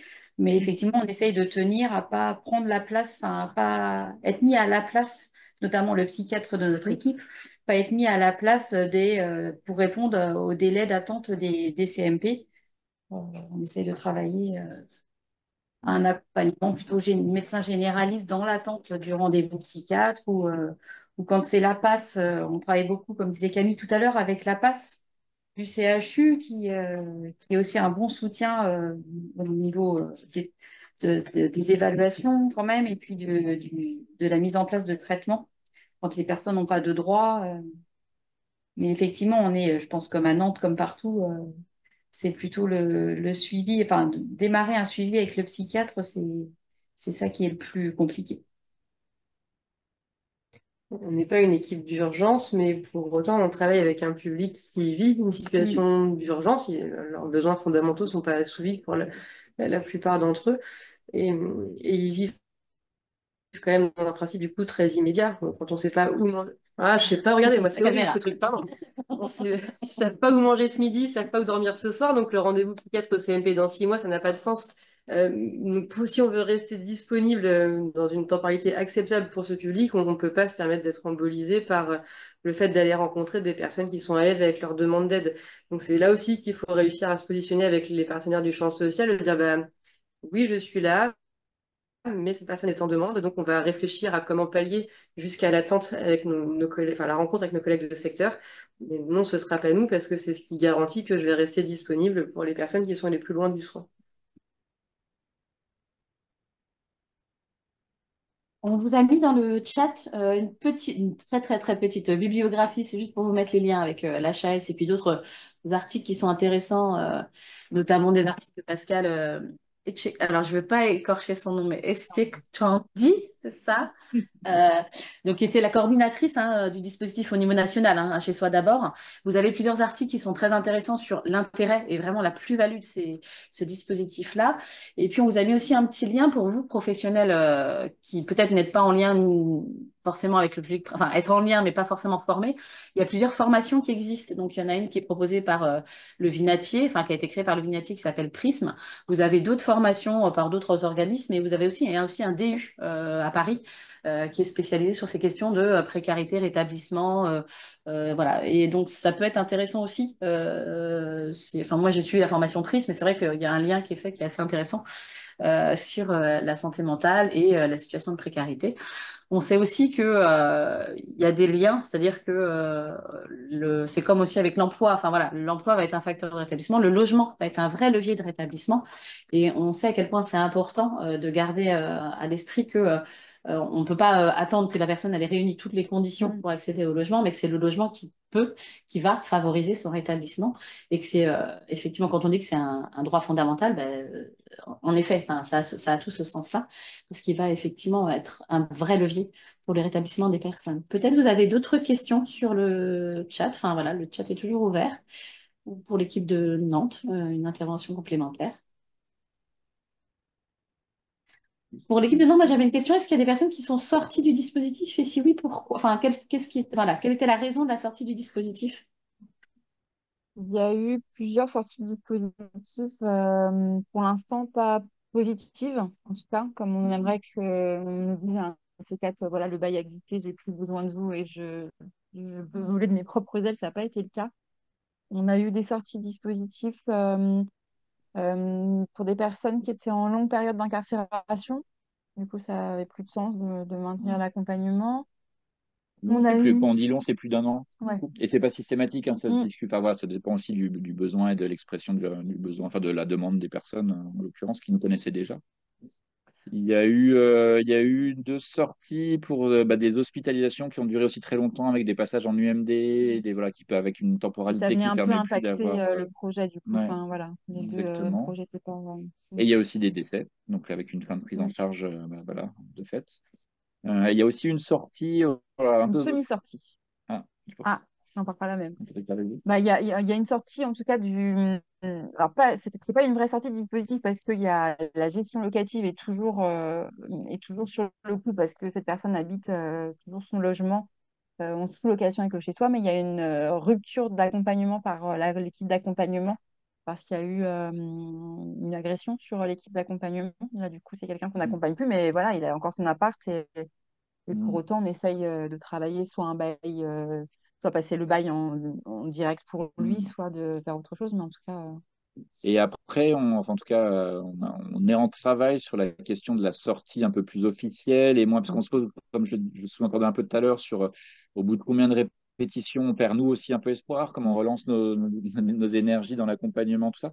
Et bon, moi, personnellement, je plaide en faveur d'une commission de sortie, mais qui soit extérieure à l'équipe d'accompagnement, parce qu'on ne soit pas jugé parti, parce que là, on est un peu dans cette position-là, ce qui rend les choses très complexes et pas saines à mon sens. Mais alors, évidemment, que notre avis enfin, donc voilà, on a un témoignage à porter pour la commission de sortie, j'imagine. Mais bref, on est dans des réflexions là-dessus, sachant que c'était un peu un point aveugle à la sortie du dispositif, même au niveau national. Pascal Etchekandi, alors peut-être aussi Esté Candy, voilà, avait un peu parlé de ça. Bah ouais, la question de la sortie a été un peu sous-pensée peut-être dans ces dispositifs-là.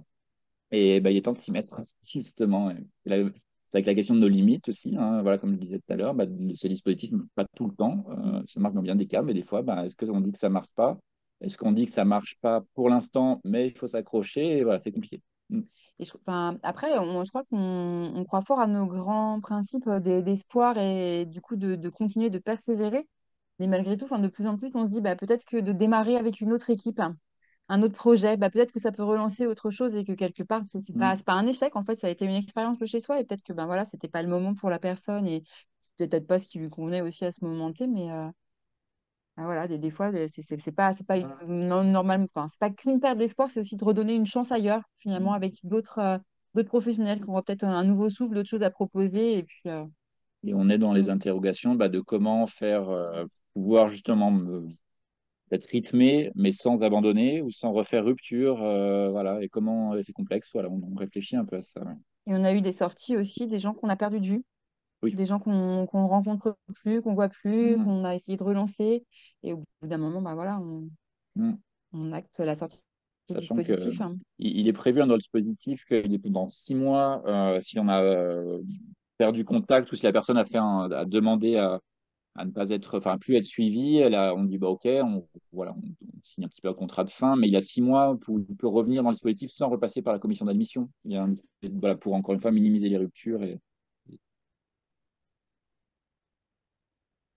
Hein, Ok. Marie? Oui, c'est moi qui dis au revoir, c'est ça? Bah, merci beaucoup. Merci à vous, vos deux équipes. Moi, j'ai appris plein de choses aujourd'hui. Je connaissais un peu le chez-soi, assez mal les ELPP. Donc, merci beaucoup de ces clarifications. J'ai trouvé ça vraiment super intéressant et éclairant par rapport aux partenariats et aux travaux qui sont faits pour les personnes en situation de grande précarité. Merci à tous d'être venus également. Prochain goûter, je ne sais pas. Peut-être que l'équipe du Créaps peut me dire les prochains goûters. Il y aura un goûter à la rentrée, mais je n'ai pas la date exacte. Je bug. On vous en parlera prochainement. En tout cas, merci à tous d'être le 30 septembre, voilà. Et donc le thème vous sera amené à la rentrée. Merci à l'équipe qui fait cerveau d'appoint. À bientôt pour ces visios et surtout vous pouvez partager parce que évidemment l'enregistrement on fera le montage en tout cas on le mettra à disposition sur le site du Crepsi et donc vous pouvez bien évidemment partager ces infos qui restent disponibles pour tout le monde. Merci à l'équipe du Chez Soi, merci à l'équipe du dispositif du Diasme de d'Angers et à bientôt à tout le monde.